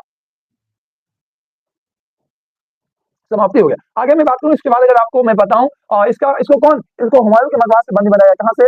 हुमायूं के मकबरा से बंदी बनाकर इसको रंगून भेज दिया गया। इसके बेटों को भी हत्या करवा दिया। किसने करवाया था? तो हडसन ने करवाया था। नाम याद रखिएगा, हडसन। क्या नाम था? हडसन। हडसन के द्वारा क्या हुआ? बहादुर शाह जफर के बेटे की हत्या करवाया गया और इसको बंदी बनवाकर रंगून भेजा गया। आइए अगला पॉइंट। दूसरा पॉइंट है कंपनी शासन की अंत। अब यहाँ से जो ईस्ट इंडिया कंपनी शासन करती थी, अब वे शासन नहीं करेगा, और सीधे ब्रिटिश क्राउन या ब्रिटिश ताज के अंतर्गत शासन चला गया। ब्रिटिश क्राउन या ब्रिटिश ताज के अंतर्गत क्या हो गया? भारत की शासन व्यवस्था चला गया, यानी कि ब्रिटेन के जो पार्लियामेंट थी वहां पर क्या हुआ? भारत का शासन व्यवस्था चला गया, अब वहां से शासन चलेगा, ठीक। अब वहां से शासन चलेगा, ठीक। चलिए देखने का प्रयास कीजिएगा। कंपनी शासन का अंत। विद्रोह ने भारत में कंपनी शासन को भी समाप्त कर दिया। विद्रोह ने क्या किया? विद्रोह ने भारत में कंपनी शासन को अंत कर दिया, कंपनी शासन को समाप्त कर दिया। 1858 की बात की जा रही है। 1858 के अधिनियम द्वारा भारत का प्रशासन कंपनी से लेकर ब्रिटिश ताज के प्रतिनिधि भारतीय राज सचिव को सौंप दिया गया। उसे प्रशासन में सहायता के लिए 15 सदस्यीय इंडिया काउंसिल बनाया गया, और 15 सदस्यीय इंडिया काउंसिल बनाया गया था। यानी कि अब क्या हुआ? कंपनी शासन नहीं करेगा, अब ब्रिटेन के ताज या क्राउन के अंदर शासन चला गया। ब्रिटेन के ताज या क्राउन के द्वारा क्या होगा? शासन चलाया जाएगा। आज अगला पॉइंट देखने का प्रयास करेंगे। अगला क्या है, देखिए क्वेश्चन नंबर तीसरा पॉइंट। तीसरा क्या कह रहा है, देखने से पहले मेरे भाई आप लोग को बता दूं, अगर आप लोग को ये वीडियो अगर आप लोग को अच्छा लग रहा हो तो आप लोग चैनल को सब्सक्राइब जरूर कर लीजिएगा। मेरा पूरा प्रयास है आप लोग को अच्छा लग रहा होगा, बिल्कुल अच्छा लग रहा होगा, ठीक। आगे बढ़िएगा। गवर्नर जनरल की स्थिति, क्वेश्चन आपका पूछ रहा है। अगला पॉइंट कह रहा है क्या? गवर्नर जनरल की स्थिति में परिवर्तन। ये जो गवर्नर जनरल है, गवर्नर जनरल की स्थिति में क्या हुआ? परिवर्तन लाया गया। क्या परिवर्तन किया गया? चलिए उनको देखने का प्रयास कीजिएगा। विद्रोह के बाद क्या हुआ? विद्रोह के बाद गवर्नर जनरल को वायसराय अर्थात ब्रिटिश ताज का व्यक्तिगत प्रतिनिधि कहा जाने लगा। इस प्रशासनिक परिवर्तनों के परिणाम स्वरूप अब भारत का शासन सीधे इंग्लैंड के नियंत्रण में हो गया। अब यहाँ क्या हुआ? भारत का जो शासन है सीधे अब इंग्लैंड के नियंत्रण से चलना शुरू हो गया। अब भारत की जो यहाँ की जो रस्सी है, बागडोर है, वह इंग्लैंड के हाथों से क्या होगा? चलना शुरू हो गया, ठीक। अगला पॉइंट है क्या है? जातीय भेदभाव को बढ़ावा। अब यहाँ से देख सकते हैं क्या? जातीय भेदभाव को बढ़ावा। विद्रोह के बाद अंग्रेजी सरकार ने हिंदू मुसलमानों में विभेद पैदा कर उनकी एकता को तोड़ दिया। अब क्या हुआ? ये लोग फूट डालो शासन करो की नीति को अपनाते थे, और इन लोगों ने क्या किया? जातीय भेदभाव को पैदा किया। हिंदू मुस्लिम को नाम कह के इन लोगों के बीच क्या किया? लड़ाना शुरू किया। देखिए इन लोगों ने कैसे कैसे अपनी पृष्ठभूमि को तैयार किया है, देखने का प्रयास कीजिएगा, और इन्हीं बातों को इसी तरह एग्जाम हॉल में लिखना है। कॉपी में क्या करना? सारे बातों को लिख के आना है, ठीक। विद्रोह के बाद अंग्रेज क्या हुआ? विद्रोह के बाद अंग्रेजी सरकार ने हिंदू मुस्लिम में विभेद पैदा कर उनकी एकता को तोड़ दिया। मुसलमानों के साथ अधिक क्या है? अनुदारता दिखाई गई। अतः हिंदू मुसलमान क्या हो गए? तो क्या है? हिंदू मुस्लिम में भेदभाव हो गई। सिंपल आप याद रखिएगा, भेदभाव हो गई। दोनों में खटपट हो गई। आगे सेना का पुनर्गठन, अब फिर क्या हुआ, सेना को फिर से पुनर्गठित किया गया पील कमीशन के अंतर्गत। कौन सी कमीशन, पील कमीशन के अंतर्गत। चलिए सेना का पुनर्गठन, विद्रोह के बाद सेना का पुनर्गठन किया गया। विद्रोह के बाद क्या हुआ, सेना का पुनर्गठन किया गया। अब भारतीय सिपाहियों की संख्या घटा दी गई। अब क्या हुआ, भारतीय सिपाही जो थे, भारतीय सिपाहियों की संख्या को घटा दिया गया और उन्हें महत्वपूर्ण स्थानों से हटा दिया गया। और भारतीय सेना जो महत्वपूर्ण स्थानों पे थे, उन स्थानों से हटा दिया गया। किसके तहत, पील कमीशन के तहत। किनके तहत, पील कमीशन के तहत क्या हुआ, इनके स्थानों में कमी कर दी गई और महत्वपूर्ण पदों पर से हटा दिया गया। आगे बढ़ते हैं, अगला क्वेश्चन आपके समक्ष आ रहा है क्या, पलासी युद्ध के कारण एवं परिणामों का वर्णन करें। पलासी युद्ध का क्या कारण था और इनके क्या परिणाम मिले, जरा देखने का प्रयास कीजिएगा। पहले तो हम लोग पलासी युद्ध के कारण को देखेंगे, फिर उसके परिणामों को देखेंगे। एकदम बेहतरीन वे में हम लोग देखने का प्रयास करेंगे पलासी युद्ध के कारण और परिणाम। ये सारे क्वेश्चन काफी इंपोर्टेंट और काफी क्या लाजवाब क्वेश्चन है। एकदम आसान वे में आप लोग को याद भी होगा, एकदम मस्ती में ये सब क्वेश्चन याद हो जाएगा, केवल आप लोग देखने का प्रयास कीजिए। क्वेश्चन कह रहा है क्या, पलासी की लड़ाई जो है 1757, डेट याद रखिएगा 23 जून था। 23 जून 1757 पलासी का जंग था। ठीक, 23 जून। पलासी की लड़ाई 1757 ईस्वी भारतीय इतिहास की एक महत्वपूर्ण लड़ाई है। यह क्या किया, भारतीय इतिहास की एक महत्वपूर्ण लड़ाई है। इसने भारत पर अंग्रेजी साम्राज्य की स्थापना का मार्ग प्रशस्त किया। और इसने क्या किया, इसने भारत पर अंग्रेजी साम्राज्य की स्थापना का मार्ग प्रशस्त किया। यह धोखे और फरेब से लड़ा गया सबसे महत्वपूर्ण युद्ध था। इसके निम्नलिखित कारण थे। धोखा क्या होता है, देखिए एक लाइन आप लोग सुने होंगे, क्या होता, गैरों में कहा दम था, अपनों ने ही लूट लिया। वही हुआ था किसके साथ, तो बंगाल के नवाब सिराजुद्दौला के साथ। बंगाल के नवाब, प्लासी की लड़ाई जब हुई थी, प्लासी का जंग, उस समय बंगाल का नवाब कौन था, बंगाल का नवाब सिराजुद्दौला था। सिराजुद्दौला का एक सेना का जो टुकड़ी है, एक सेना की बड़ी टुकड़ी जो है मीर जाफर के अंदर था। मीर जाफर के अंदर क्या है, एक सेना की बड़ी टुकड़ी थी और उसके सेना के मालिक वही थे। उन्होंने क्या किया, अंदर ही अंदर किसी अंग्रेजों से मिल चुके थे और युद्ध में जाकर इन लोगों ने युद्ध करने का इनकार कर दिया था। यानी कि पहले से ही क्या था, घुसखोरी कर चुका था। गद्दारों को क्या इज्जत, गद्दारों को क्या सम्मान, मेरे भाई वही बात यहाँ पे हुआ था। गद्दारी अपनों ने ही किया था, यानी कि अपने ही सैनिकों ने क्या किया, पहले से ही शत्रु से मिल चुका था और अपनों ने ही क्या क्या लूट लिया। मुझे अपनों ने लूटा, गैरों में कहा दम था, बिल्कुल लाइन सही है। मुझे अपनों ने ही लूटा, गैरों में कहा दम था। वही हुआ था किसके साथ, वही हुआ था बंगाल के नवाब सिराजुद्दौला के साथ। सिराजुद्दौला के सैनिकों के कमांडर जो थे, सैनिक के कमांडर, उन्होंने क्या किया, उन्हें लूट लिया, यानी उनके साथ गद्दारी कर दिया। युद्ध में जाकर युद्ध से क्या हुआ, अपने आप को पीछा खींच लिया और इनके जो सैनिक थे, वे जो बचे हुए सैनिक थे, वे हार गए। और फाइनली जो है मीर कासिम का बेटा, उसने मीर जाफर का बेटा मीर कासिम ने क्या किया, सीधा ये क्या नाम था, मुगल के बंगाल के नवाब सिराजुद्दौला को अंततः पकड़ा के मरवा दिया। यही क्या था, तो यही आगे देखिएगा क्या हुआ, धोखाधड़ी युद्ध हुआ था। बिल्कुल, चलिए बंगाल की समृद्धि, पहला पॉइंट क्या, बंगाल की समृद्धि। कारण देखिएगा क्या, किन कारण से हुआ था ये लड़ाई। बंगाल की समृद्धि, बंगाल काफी तेजी से बढ़ रहा था, क्यों, यहाँ पे उपजाऊ भूमि ज्यादा है, उपजाऊ भूमि क्या ज्यादा है, और यहाँ से क्या चाहते थे, अंग्रेज चाहते थे कि ये मेरे अंदर आ जाए, यही कारण था बंगाल की समृद्धि। भारतीय भारतीय प्रांतों में बंगाल सर्वाधिक समृद्धि वाला प्रांत था। भारतीय प्रांतों में क्या है, भारतीय प्रांतों में बंगाल सर्वाधिक समृद्धि वाला प्रांत था। ढाका का मलमल, यहाँ का नील, कपास तथा जूट आदि की खेती से अंग्रेज व्यापार द्वारा काफी धन कमा रहे थे। अंग्रेज क्या थे, व्यापार के द्वारा यहाँ से काफी धन कमा रहे थे। अतः बंगाल पर अपना दबदबा कायम करने के लिए अंग्रेज ने यह युद्ध किया, लड़ा था। और बंगाल पर क्या था, अपनी दबदबा को कायम करने के लिए अंग्रेजों ने क्या किया था, यह लड़ाई, यह युद्ध लड़ा था। सिराजुद्दौला का अनिश्चित उत्तराधिकारी, सिराजुद्दौला का क्या, सिराजुद्दौला का अनिश्चित उत्तराधिकारी क्या, अली वर्दी खान ने सिराजुद्दौला को अपना उत्तराधिकारी बनाया था। अली वर्दी खान कौन था मालूम है, सिराजुद्दौला का नाना था। सिराजुद्दौला जो है, सिराजुद्दौला का नाना था अली वर्दी खान। तो उसका, इसको अपना बेटा नहीं था, तो नाती को क्या बनाया था, राजा बनाया था। तो क्या करा, अली वर्दी खान ने क्या किया, सिराजुद्दौला को अपना उत्तराधिकारी बनाया। परंतु परंतु क्या हुआ, शौकत जंग अंग्रेजों से मिलकर समर्थन मांगने लगा। और क्या हुआ, शौकत जंग अंग्रेजों से मिलकर समर्थन मांगने लगा। इसी से प्लासी युद्ध हुआ था और इसी के कारण क्या हुआ था, प्लासी का जंग हुआ था, प्लासी का युद्ध हुआ था। तो यही सारी बातें हैं। अगला पॉइंट देखिएगा, अगला पॉइंट क्या है, तो देखिए अगला पॉइंट का जरा देखने का प्रयास कीजिएगा। अगला पॉइंट है शाही फरमान। शाही फरमान का दुरुपयोग। शाही फरमान का दुरुपयोग क्या हुआ, जरा उन्हें देखने का प्रयास करेंगे। मुगल सम्राट मुगल सम्राट जो है कौन, मुगल सम्राट क्या नाम है, फरुद्दीन सियर द्वारा 1717 ईस्वी में एक शाही फरमान द्वारा कंपनी को बंगाल में बिना टैक्स दिए व्यापार करने का अधिकार था। अब देखिएगा यहाँ से खटपट कैसे होगा। ये जो एक मुगल सम्राट था, जिसका नाम क्या था, क्या नाम था, फरुद्दीन, क्या लिखा, फरुद्दीन खासियत इसका नाम था। मुगल सम्राट का इसका नाम क्या था, इसका नाम था, क्या नाम था, तो फरुद्दीन खासियत नाम नहीं था, फरुद्दीन नाम था, फरुद्दीन जाफर नाम था शायद। फरुद्दीन जाफर नाम था शायद, ठीक। उन्होंने क्या किया, उनको एक घाव हो गया था, घाव ठीक नहीं हो रहा था, बीमार पड़ गए थे, सिंपल ये रखिएगा याद, बीमार पड़ गया था और वे ठीक नहीं हो रहा था। एक ब्रिटेन के क्या था, वैद्य आया, वैद्य इलाज किया और ये ठीक हो गए। ठीक होने के बाद इन्होंने क्या कहा, जाओ बंगाल में कर मुक्त व्यापार करना। अब बताओ क्या इसको कहना अच्छा लगा था, इसको ठीक हो गया तो इससे क्या दिक्कत है, बंगाल की जनता की कोई इच्छा नहीं है, इन्होंने भेज तो दिया वहां पर कर मुक्त व्यापार करने के लिए, लेकिन ब्रिटिश कंपनी व्यापार की भी, लेकिन फिर जब कौन सिराजदौला आया उसने ब्रेक कसना शुरू किया और वहीं से क्या हुआ, खटपट होना शुरू हो गया, ब्रेक कसना शुरू हुआ था, ठीक। 1917 में ये शाही फरमान जारी किया था, क्या तो बिना टैक्स का व्यापार करने का अधिकार दिया अंग्रेजों द्वारा इस फरमान का उपयोग व्यक्तिगत व्यापार में भी किया जाने लगा, जिससे प्लासी के युद्ध की स्थिति उत्पन्न हुई। अगला क्या, काल कोठरी का घटना। ये काल कोठरी का घटना जो है, भारतीय कोई इतिहासकार इन्होंने नहीं बताए हैं, इसके बारे में कुछ भी नहीं बोले हैं, केवल यह इसके बारे में कौन, ब्रिटेन के एक इतिहासकार, इनका नाम हॉलवेल है। हॉलवेल ने इस बारे में लिखा है, क्या लिखा जरा देखिएगा, क्या काल कोठरी का घटना। 20 जून 1756, 20 जून 1756 को 146 अंग्रेज बंदियों को एक छोटी सी कोठरी में कैद कर लिया गया था, जिसमें से 123 व्यक्ति दम घुटने से मर गए। यह घटना हॉलवेल नामक बैच अंग्रेज ने बताई। इससे अंग्रेज क्रोधित हो गए तथा मद्रास से क्लाइव के नेतृत्व में अंग्रेजी सेना बंगाल की ओर बढ़ी। 23 जून 1857 को 1757 होगा यहाँ पे, 23 जून 1757 को प्लासी के मैदान में युद्ध हुआ। सिराजदौला पराजित हुआ। मीर जाफर के पुत्र मीर क्या है, मीरन ने इसे मरवा दिया और सिराजदौला क्या हो गया, सिराजदौला जो है वे पराजित हो गए और पराजित होने के बाद ये जो मीर जाफर का बेटा है वे किसने क्या किया, मीरन ने इसको मरवा दिया, मीरन ने क्या किया, इसको मरवा दिया। इस तरह से क्या हुआ, सिराजदौला की मौत हो गई। अगला क्वेश्चन के बढ़िए, देखिए क्या कह रहा है क्वेश्चन। अगला कह रहा है महावीर के जीवन एवं उपदेश का वर्णन करे। महावीर के जीवन एवं उपदेश का वर्णन करे। महावीर स्वामी के जीवन और क्या उनके उपदेशों का वर्णन करे। आइए जरा देखने का प्रयास कीजिए। एकदम ये सब लाजवाब क्वेश्चन है, लाजवाब क्वेश्चन है, बिल्कुल आप लोग देखते चलिए, केवल धैर्य के साथ देखते चलिए।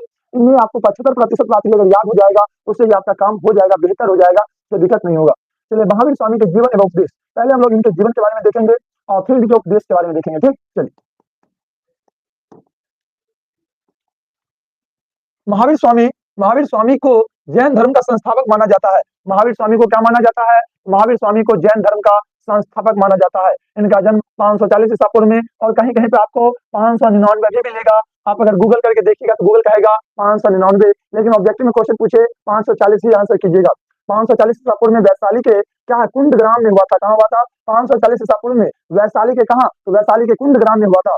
इनके पिता कौन, सिद्धार्थ, क्षत्रिय कुल के प्रतिष्ठित संबंध थे। इनके पिता कौन थे, इनके पिता जो है वे सिद्धार्थ थे और वे क्या है, वह जो है वे क्षत्रिय कुल के प्रतिष्ठित संबंध थे और माता त्रिशला वैशाली के लिच्छवी राजा चेतक की बहन थी। और क्या युवावस्था प्राप्त होने पर उनका विवाह यशोदा नामक सुंदर राजकुमारी से कर दिया गया। और जो है महावीर स्वामी की माता का नाम त्रिशला, पिता का नाम सिद्धार्थ, माता का नाम त्रिशला, पिता का नाम सिद्धार्थ, पत्नी का नाम यशोदा। पत्नी का नाम क्या था, यशोदा, याद रखिएगा, ठीक। क्या सुंदर राजकुमारी से कर दिया गया। कुछ वर्षों तक कुछ वर्षों तक का गृहस्थ जीवन व्यतीत करने के बाद, और इन्होंने क्या किया, कुछ वर्षों तक गृहस्थ जीवन व्यतीत किया।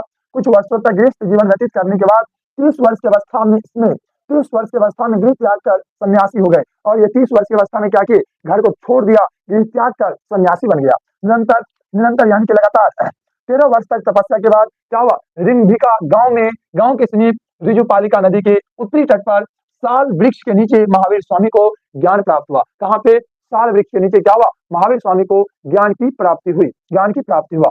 जिससे क्या हुआ, इसके बाद 30 वर्ष तक धर्म प्रचार करते रहे और ये 30 वर्ष तक क्या कि लगातार धर्म प्रचार करते रहे।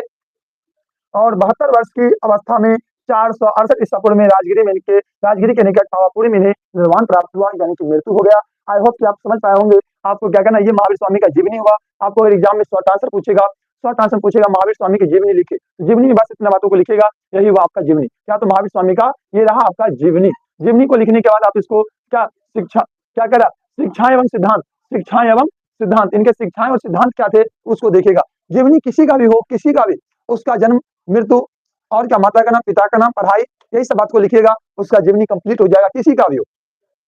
ये हो गया महावीर स्वामी का क्या होगा, जीवनी। आगे क्या कह रहा है, शिक्षाएं एवं सिद्धांत क्या है सो देखिएगा। जैन धर्म के शिक्षाएं बड़ी सरल तथा सदा था। जैन धर्म की शिक्षाएं क्या थी, बहुत ही सरल है। और क्या, जैन धर्म की शिक्षाएं बड़ी सरल तथा सदा है। यह कर्म उच्च आदर्श तथा आवागमन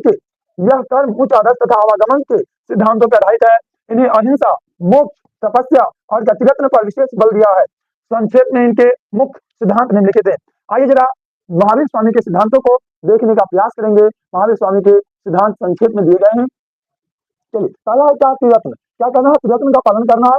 और दूसरा है क्या, 5 महाव्रत। तीसरा है कर्म तथा पुनर्जन्म सिद्धांत। तो ये देखिएगा त्रिरत्न, जैन धर्म में मनुष्य को 3 रत्नों का पालन पर जोर दिया गया है। जैन धर्म में क्या हुआ है? जैन धर्म में मनुष्यों को 3 रत्नों के पालन करने पर विशेष जोर दिया गया है। पहला, सम्यक विश्वास, सम्यक ज्ञान, सम्यक आचरण। मनुष्य को संचित कर्मों से छुटकारा पाने के लिए, मनुष्य को संचित कर्मों से छुटकारा पाने के लिए इन्हीं 3 रत्नों का पालन करना चाहिए। इन्हीं 3 रत्नों का क्या हो? पालन करना चाहिए। अगला है 5 महाव्रत। महावीर स्वामी ने गृहस्थों के जीवन को पवित्र बनाने के लिए 5 महाव्रत बताया। सत्य, अहिंसा, असत्य, अपरिग्रह, ब्रह्मचर्य। इन 5 व्रतों को क्या कहा है? पालन करने के लिए कहा है। इसके लिए गृहस्थ जीवन को सुखमय बनाने के लिए। कर्म तथा पुनर्जन्म सिद्धांत। कर्म और पुनर्जन्म सिद्धांत क्या है? जैन धर्म में कर्म तथा पुनर्जन्म सिद्धांत का बड़ा महत्व है। जैन धर्म में क्या है? तो जैन धर्म में कर्म तथा पुनर्जन्म, जैन धर्म में कर्म तथा पुनर्जन्म का बड़ा महत्व है। मनुष्य पूर्व जन्म के संचित कर्मों के अनुसार संसार में जन्म लेता है। मनुष्य क्या करता है? मनुष्य संचित कर्मों के अनुसार संसार में जन्म लेता है। और क्या, और एक के बाद दूसरे योनि में प्रवेश करता है। जैसे इस बार आप क्या लिए हैं? आप लोग मानव में जन्म लिए, लेकिन जो लाइफ चेक में आके और क्या करते हैं? दानव का तरह व्यवहार करते हैं। अगला बार वे दानव में जाके जन्म ले लेंगे, पिलवा बनेंगे, चमोक्कन बनेंगे, ढील बनेंगे, लिख बनेंगे। पिलवा पूछते हैं? पिलवा तो पूछते होंगे। और ढील माथा में फरता है, और लिख माथा में फरता है, चमोक्कन गाय भैंस के देह में फरता है। वही सब बनेंगे अगला जन्म में जाके। इसलिए लाइफ चेक में क्या करना चाहिए? दानव का रूप नहीं लेना चाहिए, एकदम मानव का रूप में रहना चाहिए। जैसा इस बार कर्म करोगे, अगला जन्म वैसे ही योनि में प्रवेश करेगा। यह जन्म मरण का चक्र तब तक चलता रहता है जब तक सत्कर्म करके वह मोक्ष अधिकारी नहीं बन जाए। हमको तो भाई इसी बार मोक्ष की प्राप्ति कर लेना है, सत्कर्म करना है, अच्छा से मोक्ष की प्राप्ति करना है। और उसके बाद क्या है? ये जो जीवन मरण के चक्र है, इससे क्या होना है? मुक्त हो जाना है, एकदम मुक्त हो जाना है। आप लोग भी हो जाइएगा, ठीक। तो ये जीवन मरण के चक्रों से तब तक मुक्त नहीं होगा जब तक क्या नहीं करेगा? सत्कर्म करके मोक्ष की प्राप्ति नहीं करेगा, अधिकारी बनता है। अतः मनुष्य को सत्कर्म करके मोक्ष प्राप्त करने का प्रयत्न करना चाहिए। अतः मनुष्य को क्या करना चाहिए? मनुष्य को जो है सत्कर्म करके मोक्ष प्राप्त करने का प्रयत्न करना चाहिए। पाप नहीं कीजिए, एकदम सत्यवादी बनिए, अच्छा से सत्कर्म कीजिए, पूजा पाठ कीजिए। अगला है कृष्ण मिशन की असफलता के कारणों की व्याख्या करें। कृष्ण मिशन तो असफल हुआ, बिल्कुल। तो कृष्ण मिशन की असफलता के पीछे क्या कारण थे? किन कारण से क्या हुआ कृष्ण मिशन असफल हुआ? आइए जरा देखने का प्रयास करेंगे कृष्ण मिशन की असफलता के क्या कारण थे। अंग्रेजी सरकार द्वारा 1942 ईस्वी में कैबिनेट क्या मंत्री, अंग्रेजी सरकार 1942 ईस्वी में कैबिनेट मंत्री स्टोफर्ड क्रिप्स के नेतृत्व में, कैबिनेट मंत्री कौन? स्टोफर्ड क्रिप्स के नेतृत्व में एक मिशन भारत भेजा गया। एक मिशन कहाँ आया? एक मिशन जो है वो भारत भेजा गया था। इसका मुख्य उद्देश्य था द्वितीय विश्व युद्ध में भारत को शामिल किए जाने के लेकर भारतीय नेताओं से सहमति प्राप्त करना। क्या तो द्वितीय विश्व युद्ध में क्या करना? भारत को भी शामिल करना है। इसके लिए भारतीय नेताओं से क्या करना? सहमति प्राप्त करना। परंतु कृष्ण मिशन को अपेक्षित सफलता नहीं मिली। लेकिन कृष्ण मिशन क्या असफल हुआ? सफलता नहीं मिली। क्या तो ब्रिटिश जो यहाँ के नेता थे, भारतीय नेता, या ब्रिटिश कंपनी, या फिर वहाँ के पार्लियामेंट, किसी पर विश्वास ये लोग करना नहीं चाहते थे। क्योंकि आपको पता है 1901 ईस्वी में क्या हुआ था? इन लोगों का मुंह पका दिया गया था। पहले क्या कहा गया? आप हमारा साथ दीजिए, फिर आपको आजाद करेंगे। लेकिन क्या हुआ? रॉलेट एक्ट जैसे खतरनाक कानून पास कर दिया गया था। इन लोगों का मुंह तो पहले ही पका हुआ था। इन लोगों ने शामिल करने से इनकार कर दिया। इसका मुख्य कारण क्या था? ये जो शामिल नहीं हुए, शामिल नहीं होने के पीछे क्या कारण था? किन कारण के बस ये लोग शामिल नहीं हुए थे, या देखने का प्रयास करेंगे क्या कारण था। क्या है? सरकार की फिरंगी नीति क्या है? जरा देखिएगा, सरकार कैसे बदलता है इसको देखिएगा। पहला कारण हुआ असफल होने का पहला कारण सरकार की फिरंगी नीति। तत्कालीन ब्रिटिश प्रधानमंत्री चर्चिल ने कृष्ण मिशन भारतीयों को स्वतंत्रता देने के लिए नहीं भेजा था। विदेश ताकतों के दबाव में चर्चिल ने कृष्ण मिशन भेजा था।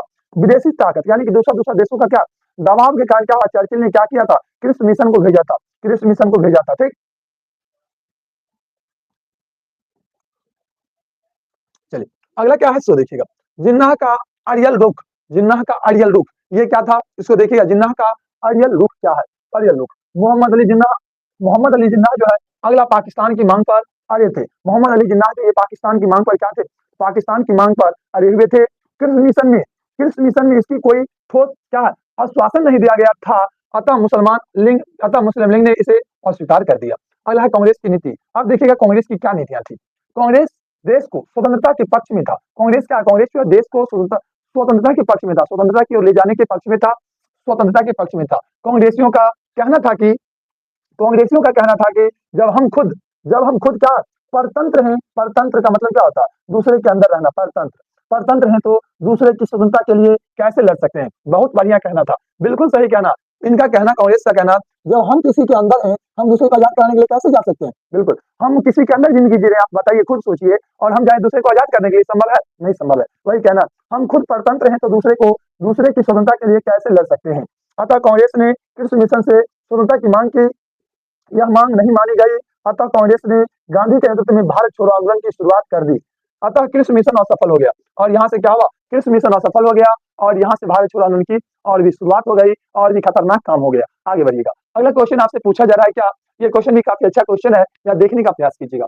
कह रहा है क्या? 1857 विद्रोह, 1857 के विद्रोह की विफलता के कारणों का उल्लेख करें। 1857 की क्रांति क्या हुआ, किन कारण से विफल हुआ, उनके क्या करा, उनका वर्णन करने के लिए कह रहा है। 1857 के क्रांति किस कारण से विफल हुआ? पीछे आपने क्वेश्चन पढ़ा था 1857 के विद्रोह के परिणाम, 1857 की क्रांति के क्या परिणाम मिले, वे क्वेश्चन आपने पीछे पढ़े थे तुरंत। और ये क्वेश्चन आपका कह रहा है क्या? ये कह रहा है 1857 के विद्रोह के विफलता के क्या कारण थे, यानी कि ये लोग असफल हुए। आखिर क्यों असफल हुए? मेरे भाई, हर चीजों के पीछे इस बार 12th बोर्ड एग्जाम आप लोग दीजिएगा बिल्कुल, और इसमें भी देखिएगा लगभग 3 लाख के स्टूडेंट फेल होंगे, 3 लाख के आसपास स्टूडेंट फेल होंगे, बिल्कुल होंगे। आखिर क्यों फेल होंगे?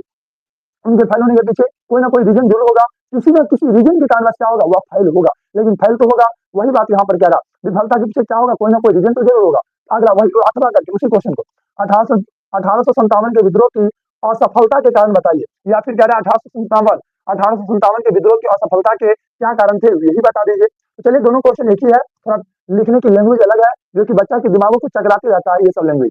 मैंने दोनों लैंग्वेज यहाँ पे क्वेश्चन डाल दिया हूँ, कोई दिक्कत नहीं है। आइए जरा देखने का प्रयास कीजिएगा। कह रहा है 1857 की क्रांति दिसंबर 1858 तक दबा दिया गया। 1857 की क्रांति क्या हुई, शुरू हुई थी 10 मई को, और दिसंबर 1858 तक लगभग चलती रही। तब तक क्या हुआ, चलती रही, फिर उसको दबा दिया गया।